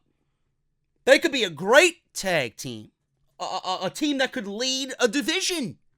You don't think they'd have great matches with the Revival? What about Apollo Crews? What are you doing with Shelton Benjamin? Get them guys back together. You know? Shelton Benjamin is 40 years old. Apollo Crews is barely 30. He's young. Probably even younger than that. And I look at Apollo Crews with the human highlight reel, and you got Shelton Benjamin as the gold standard. Get those guys back together. Join them together. World's greatest tag team. Revisited. A new take on the world's greatest tag team. Zack Ryder, what the fuck you doing with him? Mojo Rawley or Kurt Hawkins. Pair them up in a tag team. Bo Dallas, what the fuck have you done with Bo? Bo Dallas is a joke. Get this guy into the Wyatt family. Pair him up with Bray. Get the Wyatt family back together. Bray and Bo. Brother Bray and Brother Bo together. I don't understand why this is so difficult. Why? Look at the tag teams that you could have on these shows. You have enough to work with separate divisions, but the way WWE operates, you know that they're not going to do anything I just mentioned here. It's well beyond them to do that. So what I'm seeing as far as what they have presented on TV right now is to join the divisions. You don't think the Revival want to go against the Usos and the Bar and the New Day? You don't think people want to see the Usos versus the Revival? Though those four guys could tear the fucking house down. I'm tired of people telling me, oh, the Revival's got no charisma. Oh, the Revival's garbage. The Revival brought everybody to their best match. Every tag team that is on the main roster, outside of the Usos, who is better than the Revival at what they do? Nobody. Not the New Day, not the Bar, nobody. The Revival have literally brought every tag team to their best match. Whether it's fucking the American Alpha, or AOP, or Johnny Gargano and Tommaso Ciampa. There hasn't been a tag team match that has even come close to what those guys did at TakeOver Toronto in that 2 out of 3 falls match. One of the greatest tag team matches that I've ever seen. They even brought Drew McIntyre and Dolph Ziggler to a great match. They were given 10 minutes on Monday Night Raw, and people were claiming that, damn, that was a good match. 10 minutes, they made the most of it, and they pretty much told you guys, hey, listen, we can work with anybody. We want to work. This is the type of fucking caliber athlete we want to work with. They are a perfect mix of old school and new school, and they just have the art of tag team wrestling down to a point where nobody else is really doing it right now. I mean, look at Roddy and Kyle O'Reilly in Undisputed Era, man. The way that they work, Jesus fucking Christ, I love that shit. I really do. And I don't know how WWE is not open to embracing tag team wrestling. It's ridiculous. The Revival have everything going for them right now. Whether they get a pay raise, whether they take the tag team titles and the division is built around them, at that point, I don't know what good that's going to do. It's definitely a case of too little too late. You know, they want to go somewhere else. They've been teasing a match with the Young Bucks for fucking months. You don't think that shit would fucking sell pay-per-views? You don't think that shit would fucking bring in people to the arena? They'd tear the fucking building down. Not only with the Bucks, everybody else that could come on in as far as tag teams go to AEW. That's what they want. The Revival, you know, they have the moniker of WWE Superstar. People know, people in the community and people in the industry know how good they are. If they go somewhere else, I hope that they do. Because the one thing sitting here that I love most is when a talent leaves the WWE after being disgruntled and disrespected, they go somewhere else and they make WWE look like a bunch of fucking idiots. Look at what you missed on. Too late now. You can offer them all the money in the fucking world. I see Dash and Dawson of the Revival. They're like guys who love their craft so much that they just want to go fucking wrestle. They want to create. And they'll be paid to do it. They'll be paid to do it if they go anywhere else. And they know they'll be paid. What do you need the WWE's dirty money for? These untrustful suits and ties who just want to keep you hidden away from everybody else. They want to hide you in a fucking broom closet so that you don't go experience life somewhere else. We want to keep you here, but we'll give you the Raw Tag Team Championships. That means nothing to anybody. The Raw Tag Team Championships and the Raw Division is fucking dead. How do you fix it? You give them fucking competition. You give them the titles and you build the fucking division around them. Have a unification match at fucking WrestleMania. Build the division around them and join the divisions and make the divisions one. That's all you need to do. Then you got a fucking Usos and a Bar and a New Day and a Revival and an AOP, and then you got the Bludgeon Brothers coming back, and you got Breezango. You got fucking tag teams. Have fun with it. You know, this is not fucking rocket science. This is not something that is, you know, impossible to come up with. This is something that is easily workable. I don't understand why WWE just doesn't give a shit about these guys.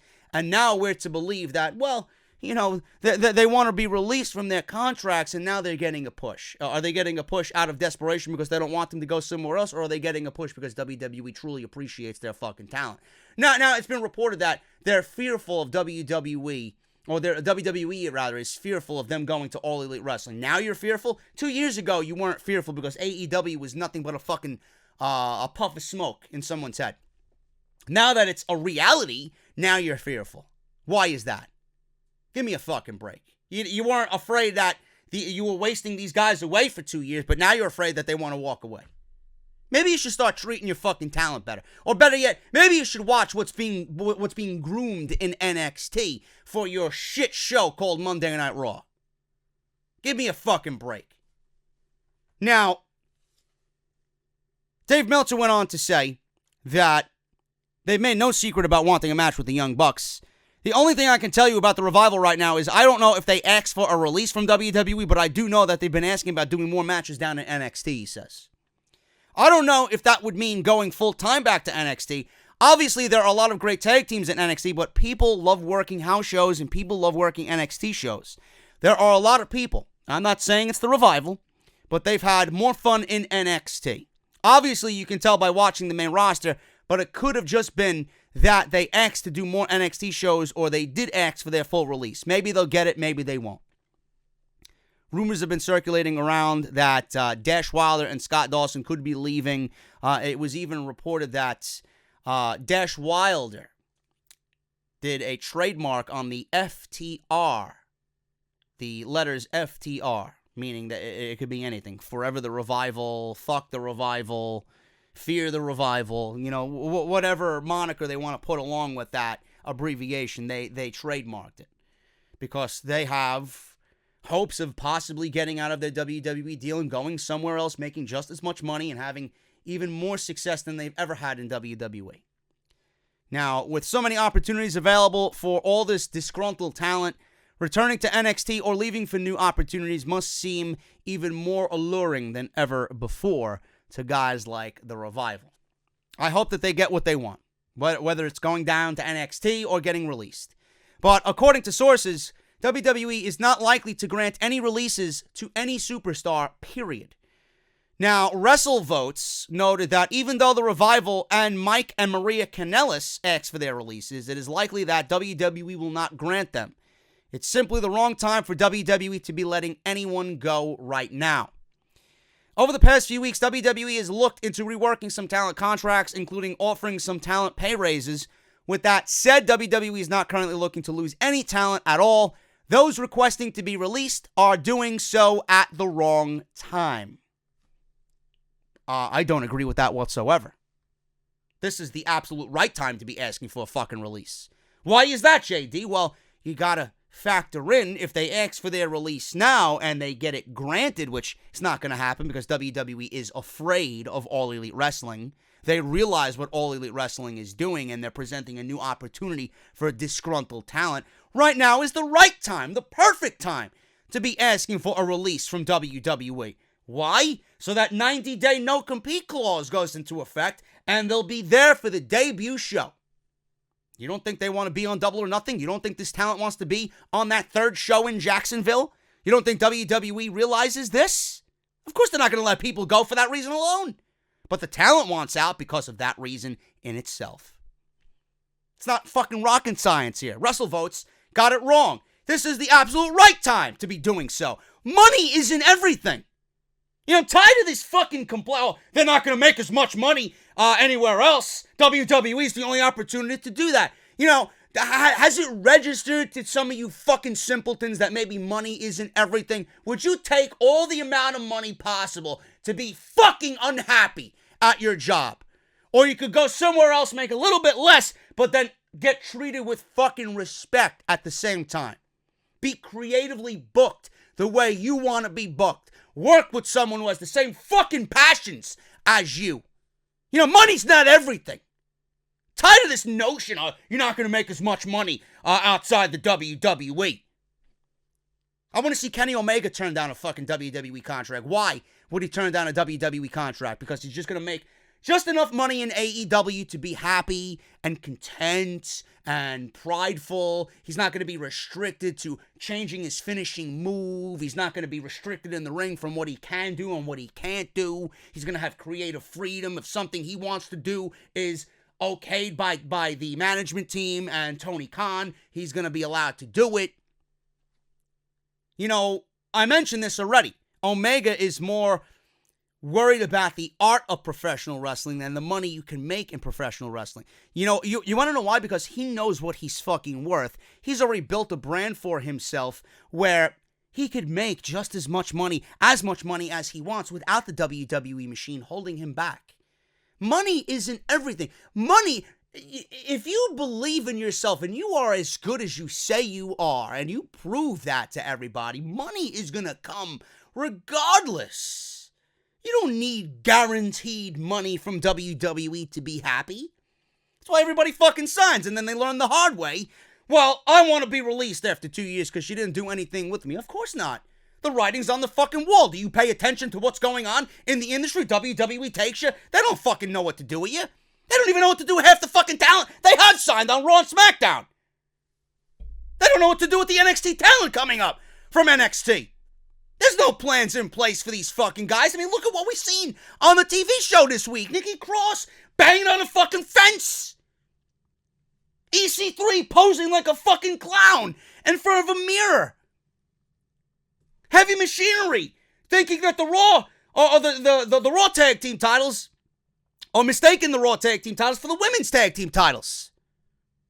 Drinking milkshakes on SmackDown Live while being roasted by Becky Lynch. This is a great introduction for the talent on this brand. Of course they're not going to grant any releases because they don't want you to go to the competition. But according to these fucking clowns, AEW is not competition. Of course they are. They're competition just like WCW was competition back during the Attitude Era. Of course they're competition. You have to be a fucking simpleton, a fucking clown, a fool, an ignorant fucking idiot if you don't think that AEW is somehow, not associated with all these changes and people's change in thought and mentality in WWE right now. Give me a break, man. Seriously. Of course now is the right time to ask for your release. Everybody's been unhappy. Everybody is unhappy. They don't want that 90-day no-compete. Release me. I'll take the fucking loss in pay to sit home because I know what's awaiting me after the 3 months is up. They'll be there for double or nothing. WWE might change their minds and let superstars go. However, they could always do that with Andrade, give him a push, tempt them to stay. They're doing with Balor. They're tempting him to stay. I wouldn't be surprised if they give Balor the fucking Universal title at the Royal Rumble. Just like I think they're going to give the Revival the Raw Tag Team titles at the Royal Rumble. Who knows what's lined up for Andrade, being that he has expressed how unhappy he was. Now, either way, it seems Vince McMahon isn't looking to help out the competition in any way by releasing superstars, no matter how small they might be or how worried he really is about it. Man, WrestleVotes, I love WrestleVotes, man. I love looking at their scoops and whatnot, but man, that was a fucking stupid thing to say, man. Requesting to be released right now, they're doing so at the wrong time. It's the right fucking time, better than ever, to be asking for your release from WWE. Give me a break. Now, speaking of Almas, why is he somehow getting a push? Now, everything I mentioned about Finn Balor in the opening of this show, apply it to Andrade Cien Almas. It's the same exact thing.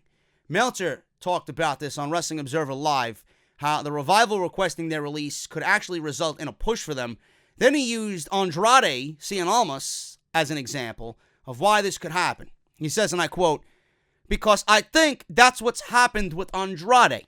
I know it's what happened with Andrade, so it's not like you get them mad and they're going to bury you." End quote.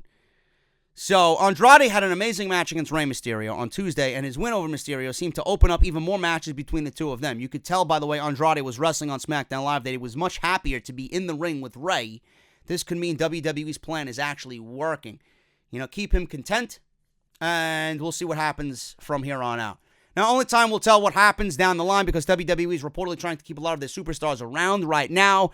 It looks like Andrade's push could have been a direct result of his unhappiness. Absolutely, 100%. It is a direct correlation to his unhappiness. Therefore, you never know who is next to receive a push and just why that might come about.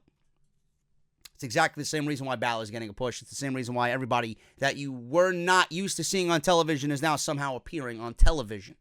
Small role, big role, in-between role. It's direct competition. WWE is feeling it already. They're feeling the pressure of people seeing another opportunity out there to be better than they are now, and they don't want that. They want to hold you back. Now, as far as Andrade goes with the name change, I mentioned this on the SmackDown review. There's some fucking idiots out there that are, oh, the name change is good for business, it's good for this, it's good for that, it's easier to remember, it's easier for the casuals to fucking say, it's easy for the commentary team to say, it's good for marketing. Fine. Whatever lame excuse you want to use, you could use it to your fucking blithering audience that don't know any better. In fact, was there a reason? This is one of those things that I talked about in the beginning. You talk about it. Oh, who gives a shit? I give a shit. I give a shit. Because it's ridiculous. You gotta go deeper into the fucking root of the issue. Was the name change necessary? No. Did it happen? Yes, we gotta live with it, of course. But with everything that's going on in this company right now, the decision that you're making before SmackDown Live airs is, well, instead of booking a good show, we're going to have Andrade just go out there and be Andrade from now on. Cien Almas is no more. What type of fucking environment is WWE where that is on the top of your priority list? That is one of the bullet points on the show. He is no longer Cien Almas. He is now Andrade. I mentioned this on Tuesday. He sounds like he's starring in a fucking Mexican soap opera. He has no identity left for himself. Andrade, you made him like everybody else. Meanwhile, he had an identity with the Cien Almas. But according to fucking idiots out there who do the same thing I do, oh, it was too difficult to say on commentary. Who the fuck says that you have to say his whole name on commentary? Andrade. But the fact that you got Greg Hamilton out there, he's the only one that should be concerned about saying his fucking name in full. Andrade Cien Almas. You don't have to have Tom Phillips say that every fucking time he's calling a move. Oh, Andrade Cien Almas with a DDT. Oh, Andrade Cien Almas with a reversal. Oh, Andrade Cien Almas with a suplex. Andrade or Cien Almas or Almas. Is it that difficult to fucking do? I could do your job better than you can do it, Mr. Phillips. Fuck out of here, man. It's the fucking principle of the matter. Yes, people made a deal about it on social media because it's not necessary. Make the necessary changes to make the show better. Not change the guy's fucking name. Now he feels like everybody else. Andrade. Who the fuck is an Andrade? Anybody could be named Andrade. The fucking Mexican baby. Fucking sitting at the dinner table with his fucking mother. Andrade. The fucking guy I go to buy my tacos down the street. Andrade. You fucking kidding me? Man, this company is just fucking sickening. They're worrying about the smallest fucking details. Meanwhile, you got Monday Night Raw producing the worst fucking content in the history of the goddamn show. Fucking ridiculous. Why is Andrade getting a push? For the same reason that everybody else is getting a fucking push right now. Oh, he wasn't and then I hear all week, oh, he's not a main event guy. What are you, fucking blind? Are you fucking blind? He's not a main event guy? I said this on Tuesday, and I'll reiterate this fact right now. If I'm having a fucking draft, and I'm looking at a number one draft pick, people are going to go with Styles, people are going to go with Bryan, Seth Rollins, Brock Lesnar, right? Motherfucker, give me Andrade Cien Almas with Zelina Vega. 2-for-1 deal. That's going to be my main heel on my roster. Are you fucking serious? How this guy was wasted for 7 months, and now all of a sudden we're seeing him wins over Mysterio 2 weeks in a row now. He's been featured on SmackDown Live more this year than he has last year altogether. It's not the fact that that I'm not going to get used to the name. We got used to Cesaro, and we got used to Rusev, and we're going to get used to everybody else that they take their first names away. We got used to Harper and Rowan. Those things really don't matter. Those things are, whatever, inconsequential. But Andrade Cien Almas, a guy who came up from NXT as Cien Almas, again, it makes me think that, there's some like for Almas backstage, and I think most of that comes from Vega. Everybody loves Zelina Vega. But some people might look upon Almas as like, he's not the guy. He don't speak English. Who gives a fuck? That's what you got. That's what you paired him with Zelina Vega for. But people are so concerned about the name change, right? It goes back to the fucking thing I mentioned in the beginning of this show. How much of it, and I would love to know this reason, if this is the reason, or if I'm hitting anywhere in the fucking vicinity, if I'm in the ballpark, how much of it is a reason, well, this is a character created by NXT and Triple H with Vega. This is his concept. We're going to take it. We didn't use him. We're going to, let him marinate a little bit on SmackDown Live and then forget that we have him. Then people are going to complain that why aren't you using Almas? He's an NXT champion. He's a great wrestler, 5-star match machine, right? And this is not a main roster creation. This is not a Vince McMahon creation. Let's make it our own. We're going to get rid of the NXT moniker, Cien Almas, and we're just going to name him Andrade. Now it's mine. How much of it is that? I think I'm in the ballpark with that. Just like I mentioned on the cold open of this show. Ridiculous. Why are they pushing him? You know the reason. Why'd they change the name? Who the fuck knows? The people who run this company are absolutely nothing more than blithering idiots. WWE, not afraid of All Elite Wrestling, says the fucking troll who doesn't know any better. The troll who has one follower and has a fucking picture of the Iconics as his fucking profile picture. Blow me.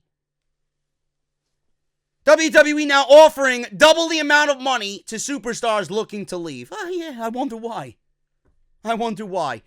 Wrestling Observer newsletter reports that WWE has made it very clear for certain talent that they are willing to beat any offer that they receive from another company. In fact, they are willing to double the offer if they can show proof that another company is interested. Meltzer says, and I quote, WWE has told people, if you can show on paper an offer from another company, they'll beat it. Even double it on the spot, provided you sign immediately. End quote. Oh, man. Man, Stamford, Connecticut, I feel your desperation. I feel it. I feel the heat emanating from Titan Tower. Love it. Continue to push their buttons, Mr. Rhodes. Now, of course, they didn't do this with Chris Jericho, which is why he went to AEW. It was said that after guys like Cody and Juice Robinson left WWE and did so well that the company is avoiding the area at all costs, that talent would want to leave WWE for more money elsewhere. WWE doesn't want superstars to have an idea that leaving would benefit them. Ladies and gentlemen, what did I just tell you? WWE doesn't want their superstars to have the idea that leaving would benefit them. I shut you all up. I shut every fucking one of you up, man. I'm smiling on the inside. I really am. The Revival is a prime example of this, and we will have to wait and see how that plays out. But, like we mentioned, the Revival asking for their releases might actually help them get a push too little, too late in WWE. They're not afraid? What is this? What do you call that? Huh? Competition, right? You call it competition? I think it's called competition. Why is WWE acting all high and mighty, now offering more money to people to stay with the WWE because of AEW, right? So when people tell me, oh, AEW doesn't matter to WWE, blow me. There you go. Nothing more needs to be said. Rumors on Dolph Ziggler, once again, are arising in the internet wrestling community. Dolph Ziggler leaving WWE once again. I don't fucking blame him whatsoever. I don't blame him at all. Now, this report is coming from PW Insider. There is talk about Dolph Ziggler being done with the WWE after he turned down a deal to be a backstage producer. There's also some fuel to this rumor because he recently changed his Twitter name from his WWE name to his actual real-life name. Now, this is coming from PW Insider, and I quote, there has been a lot of talk in the last week that Ziggler is done with the WWE after turning down an offer to become a producer. End quote. Ziggler is doing a lot more comedy dates and seems to be focusing on that a lot on his social media accounts. Although some have said that Ziggler is not leaving WWE and is still under contract, others point to a January 31st date for the end of his contract. Meltzer noted on Wrestling Observer Live that Ziggler is still under contract and working house shows, WWE's entire intention of pushing Ziggler when they did during his last run was to put over Drew McIntyre because he is the guy that they pick who's going to be the top star. So this could be why WWE replaced Roman Reigns with Drew McIntyre in their official graphic. Meltzer says, and I quote, "He's working all the house shows. He hasn't gone anywhere. It's like the usual. That's how it goes. Basically, he was there to get Drew McIntyre over, and that was really his only role. Now they've broken them off, and they've kind of lost interest in him, as always. But if you appreciate someone's talent like Dolph Ziggler, who's probably done this longer than anybody there, or just as long as anybody there, he does it at a level where he realistically could be looked upon as one of the best guys that does it there.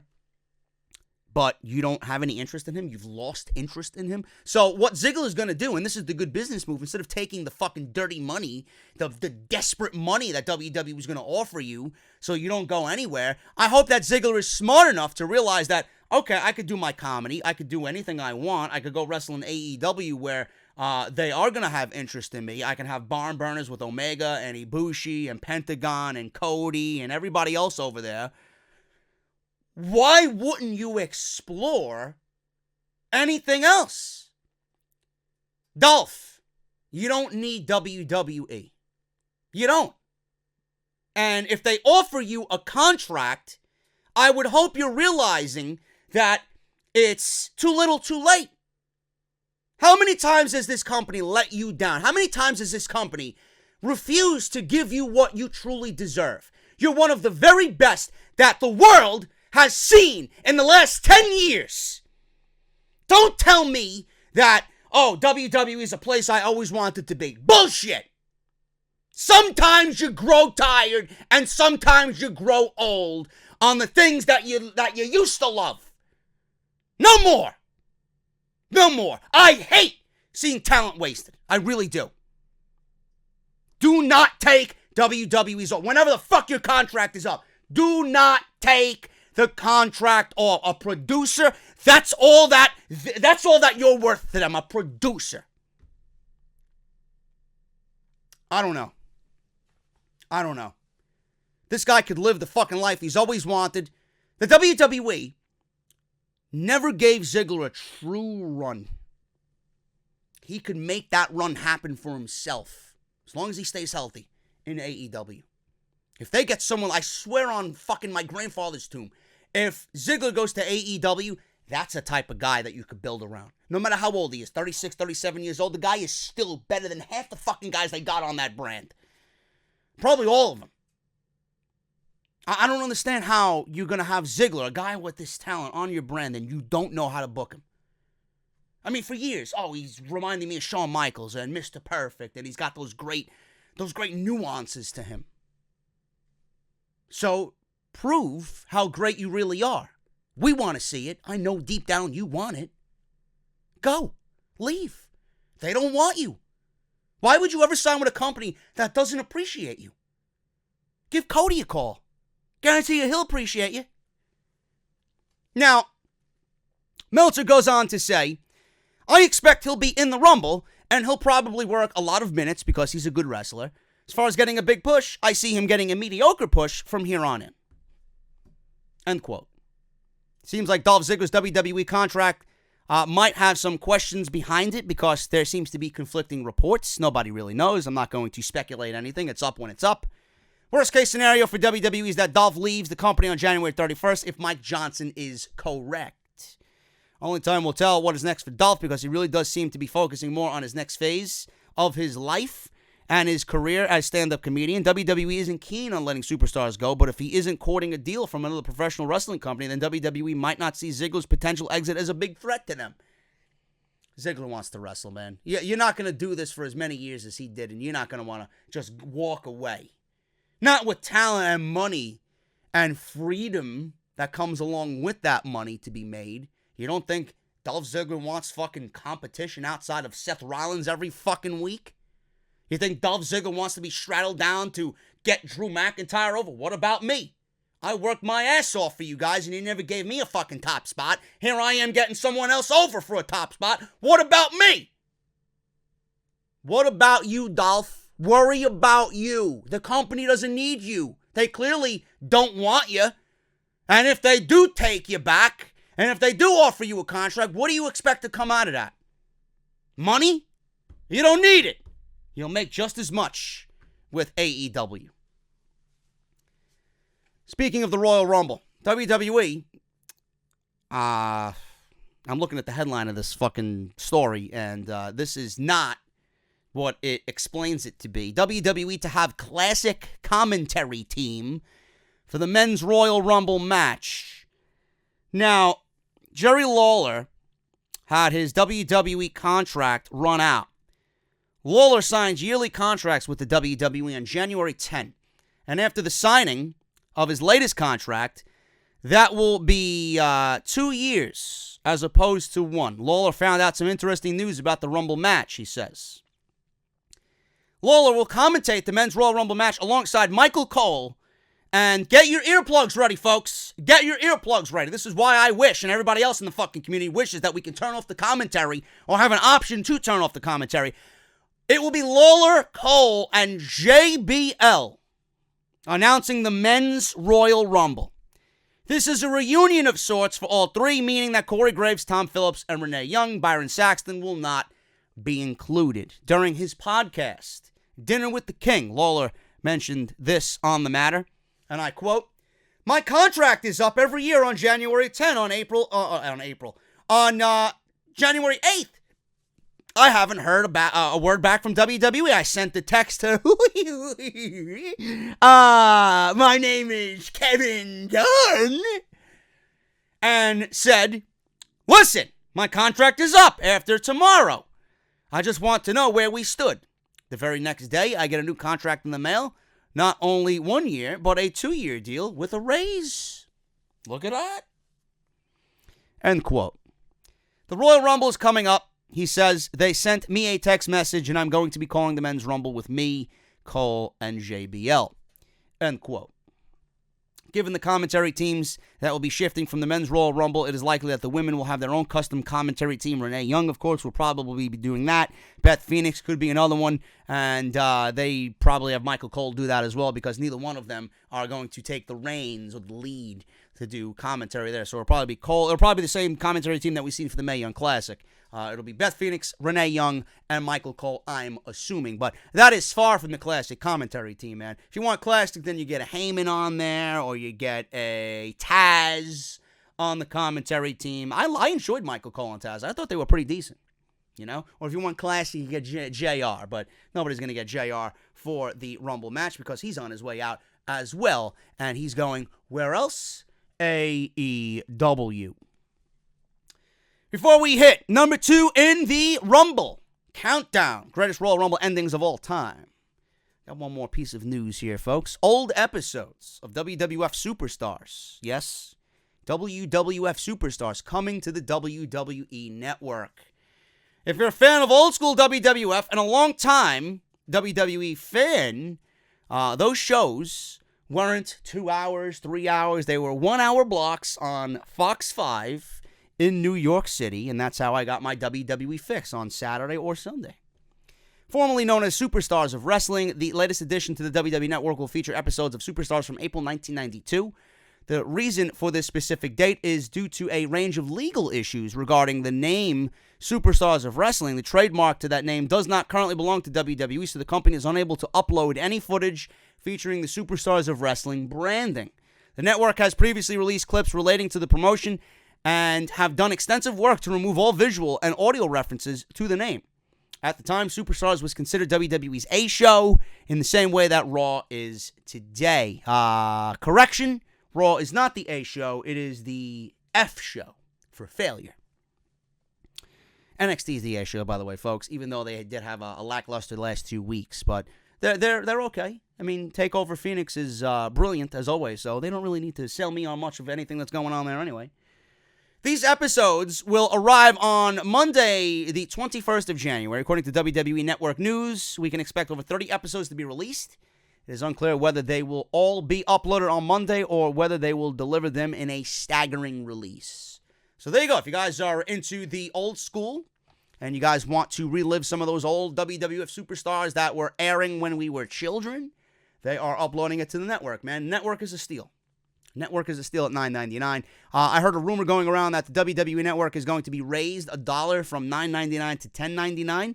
I really haven't checked up on that yet. I don't even know when I get billed, to be honest with you. They just take my money. I don't give a fuck. As long as I got my content and my monthly NXT shows and my monthly pay-per-views, I'm fine. $9.99 is a steal for everything that they do on there, man. But if anybody has any information on that, look at your statements. Did it go up to $10.99? And even though $1 is not really going to do anything, I just hope that they would notify people that there is a price increase for the WWE Network. So that's the right thing to do about that. But even though it's only $1, it's not going to fucking break the bank. And it's a smart move.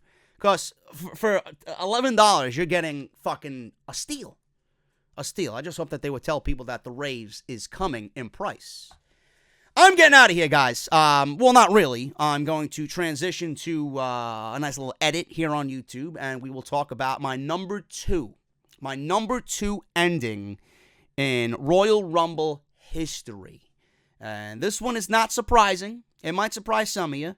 Some of you might have forgotten about it, but this is one of my most favorite endings to a Royal Rumble of all time. We're going to talk about it. Thank you guys so much for joining me here on the main news and rumors section of the podcast. We're going to talk about the Royal Rumble, my number 2 edition in the top list that I've been doing, my top 5. So stick with me, and I'll be right back with Royal Rumble 1997.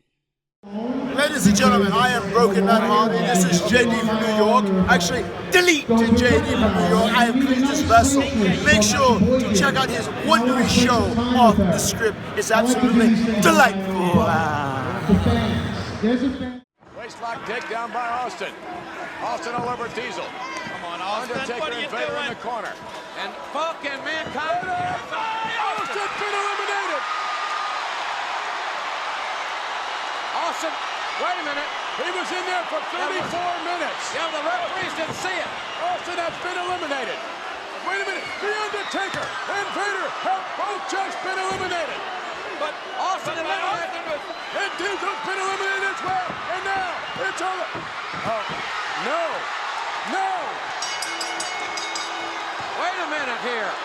Here is the winner of the 1997 Royal Rumble, Stone Cold Steve Austin. He eliminated him. I didn't actually see Austin's feet hit the floor. Austin. Absolutely fucking ridiculous, man, in the best way possible. The 1997 Royal Rumble comes in at number 2 on my top 5 greatest Royal Rumble endings of all time. Now, up until this point, the most controversial ending I think we've seen in the Royal Rumble was in 1994 when we had Luger and Bret Hart, who also factored into this ending as well. Austin came in at number 5.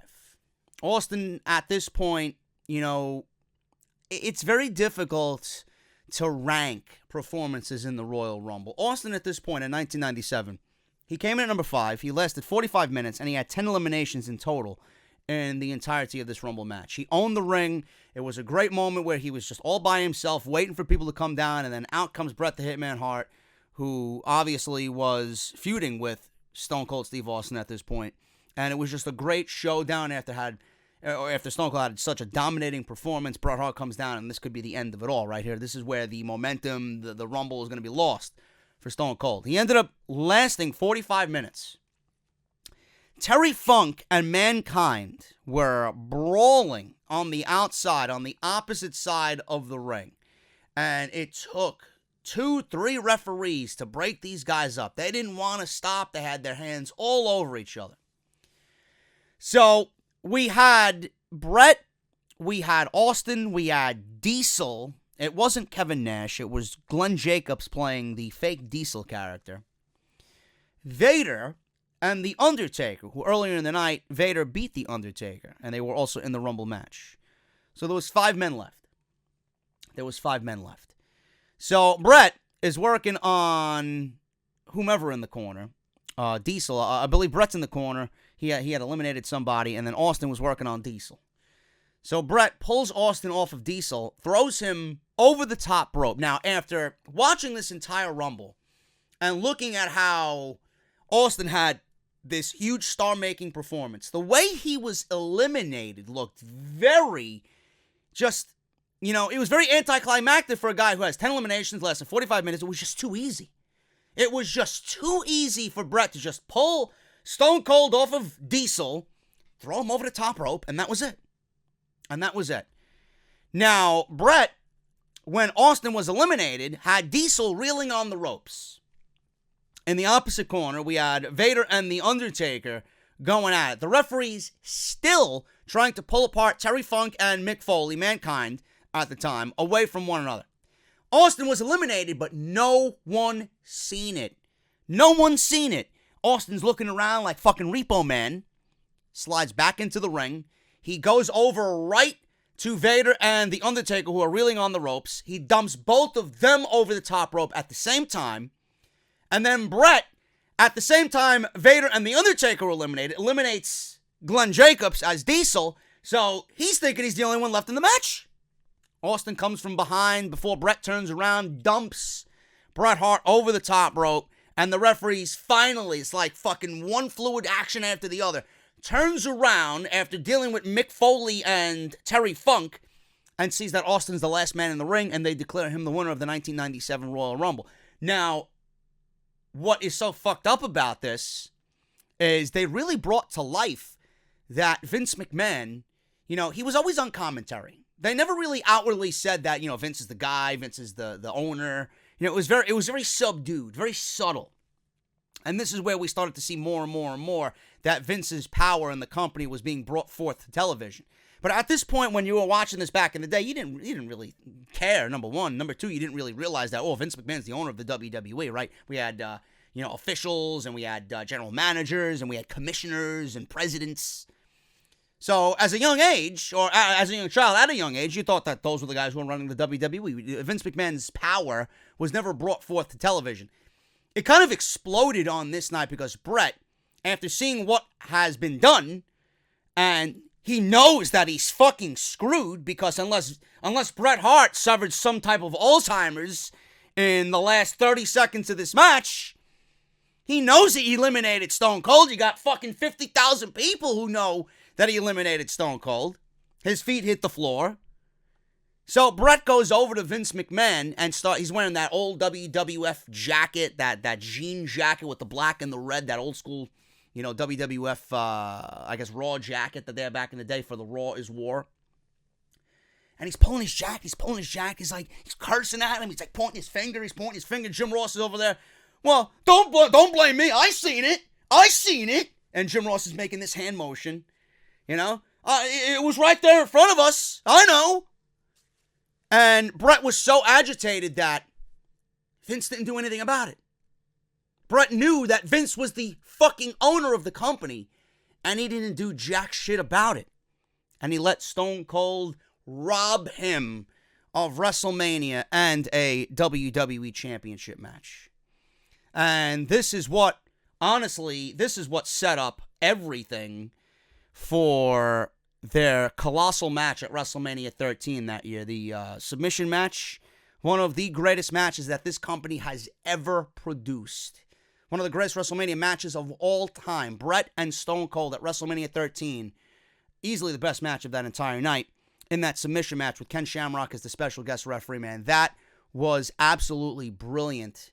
And this is one of the greatest storylines in WWE history. This is what really kick-started everything. Vince's neglect on Bret feeling screwed. And he never got his comeuppance. He got his comeuppance, and Bret was always that goody two shoes. He was always the guy that put the glasses on the kids. He was always so safe, right? He was always so lovable. Bret, this is what turned Bret into my favorite Bret. My favorite version of Bret was the heel Bret Hart, because he played it so well, man. The Canadian, Hart Foundation Bret, that is just where it took him throughout that entire 1997 year, man. It was just unbelievable. It led to him taking the title from The Undertaker at SummerSlam that year. And Shawn Michaels was a special guest referee in that match. One of the greatest endings to a WWE Championship match I have ever seen. And it just gave him a intensity that his character just sorely needed at the time. He was brutal in his approach, man. And he was so, Bret was so good at what he did, man. You could tell the story that they were telling was so fucking real. You know, even though we all know that Bret and Stone Cold respected the shit out of each other. The way that they went at one another, man, with Bret getting the sharpshooter on Stone Cold Steve Austin at WrestleMania 13 with the blood dripping down his face and just, you know, him beating Austin with the steel chair. Everything that Bret did, man, his physicality was amped up by 1,000 compared to what we've seen of him in 94, 95, and 96. You know? This was just a turning point in not only Stone Cold's career, but Bret's career as well. The whole story was just brilliant. And it all just came to a fucking boil here with the Royal Rumble, where Austin stole the Rumble from Bret the Hitman Hart. The whole pay-per-view itself was just, the undercard sucked. We had Rocky Maivia making his debut. We had Vader and The Undertaker. Really nothing there as far as highlights of the show.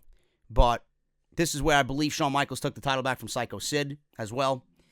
In Texas with Jose Lothario, that whole deal. Because Sid took the title from Shawn Michaels at Madison Square Garden in 1996 Survivor Series. But this was a culmination of one of the greatest storylines in WWE history. And Austin wins the Royal Rumble, man. That's definitely my number 2. I was going to put it at number 1, to be honest with you. Just because the impact that it had on not only Stone Cold, but Bret, but the entirety of the Attitude Era. This kick-started literally everything to come that started the Attitude Era. This right here. This feud. This moment, this feud, these two competitors, it kickstarted everything.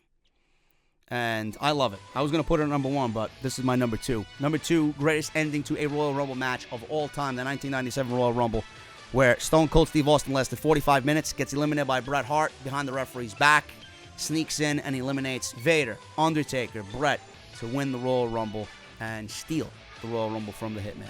Love it, man. Thank you guys so very much for everything. Hope you enjoyed today's podcast. If you did, please hit that thumbs up. Show me some support down below with that thumbs up. That's all I ask.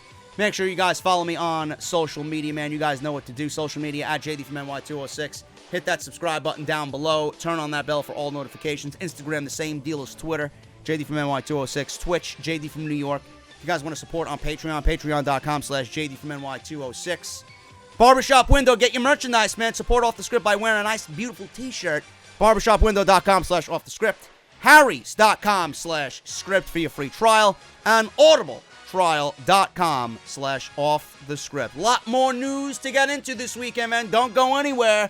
I'm chock full of news right here in episode 257. This is Off the Script. Have a good night, everybody, and I'll see you right back here, same time on Saturday afternoon. I'll talk to you guys later.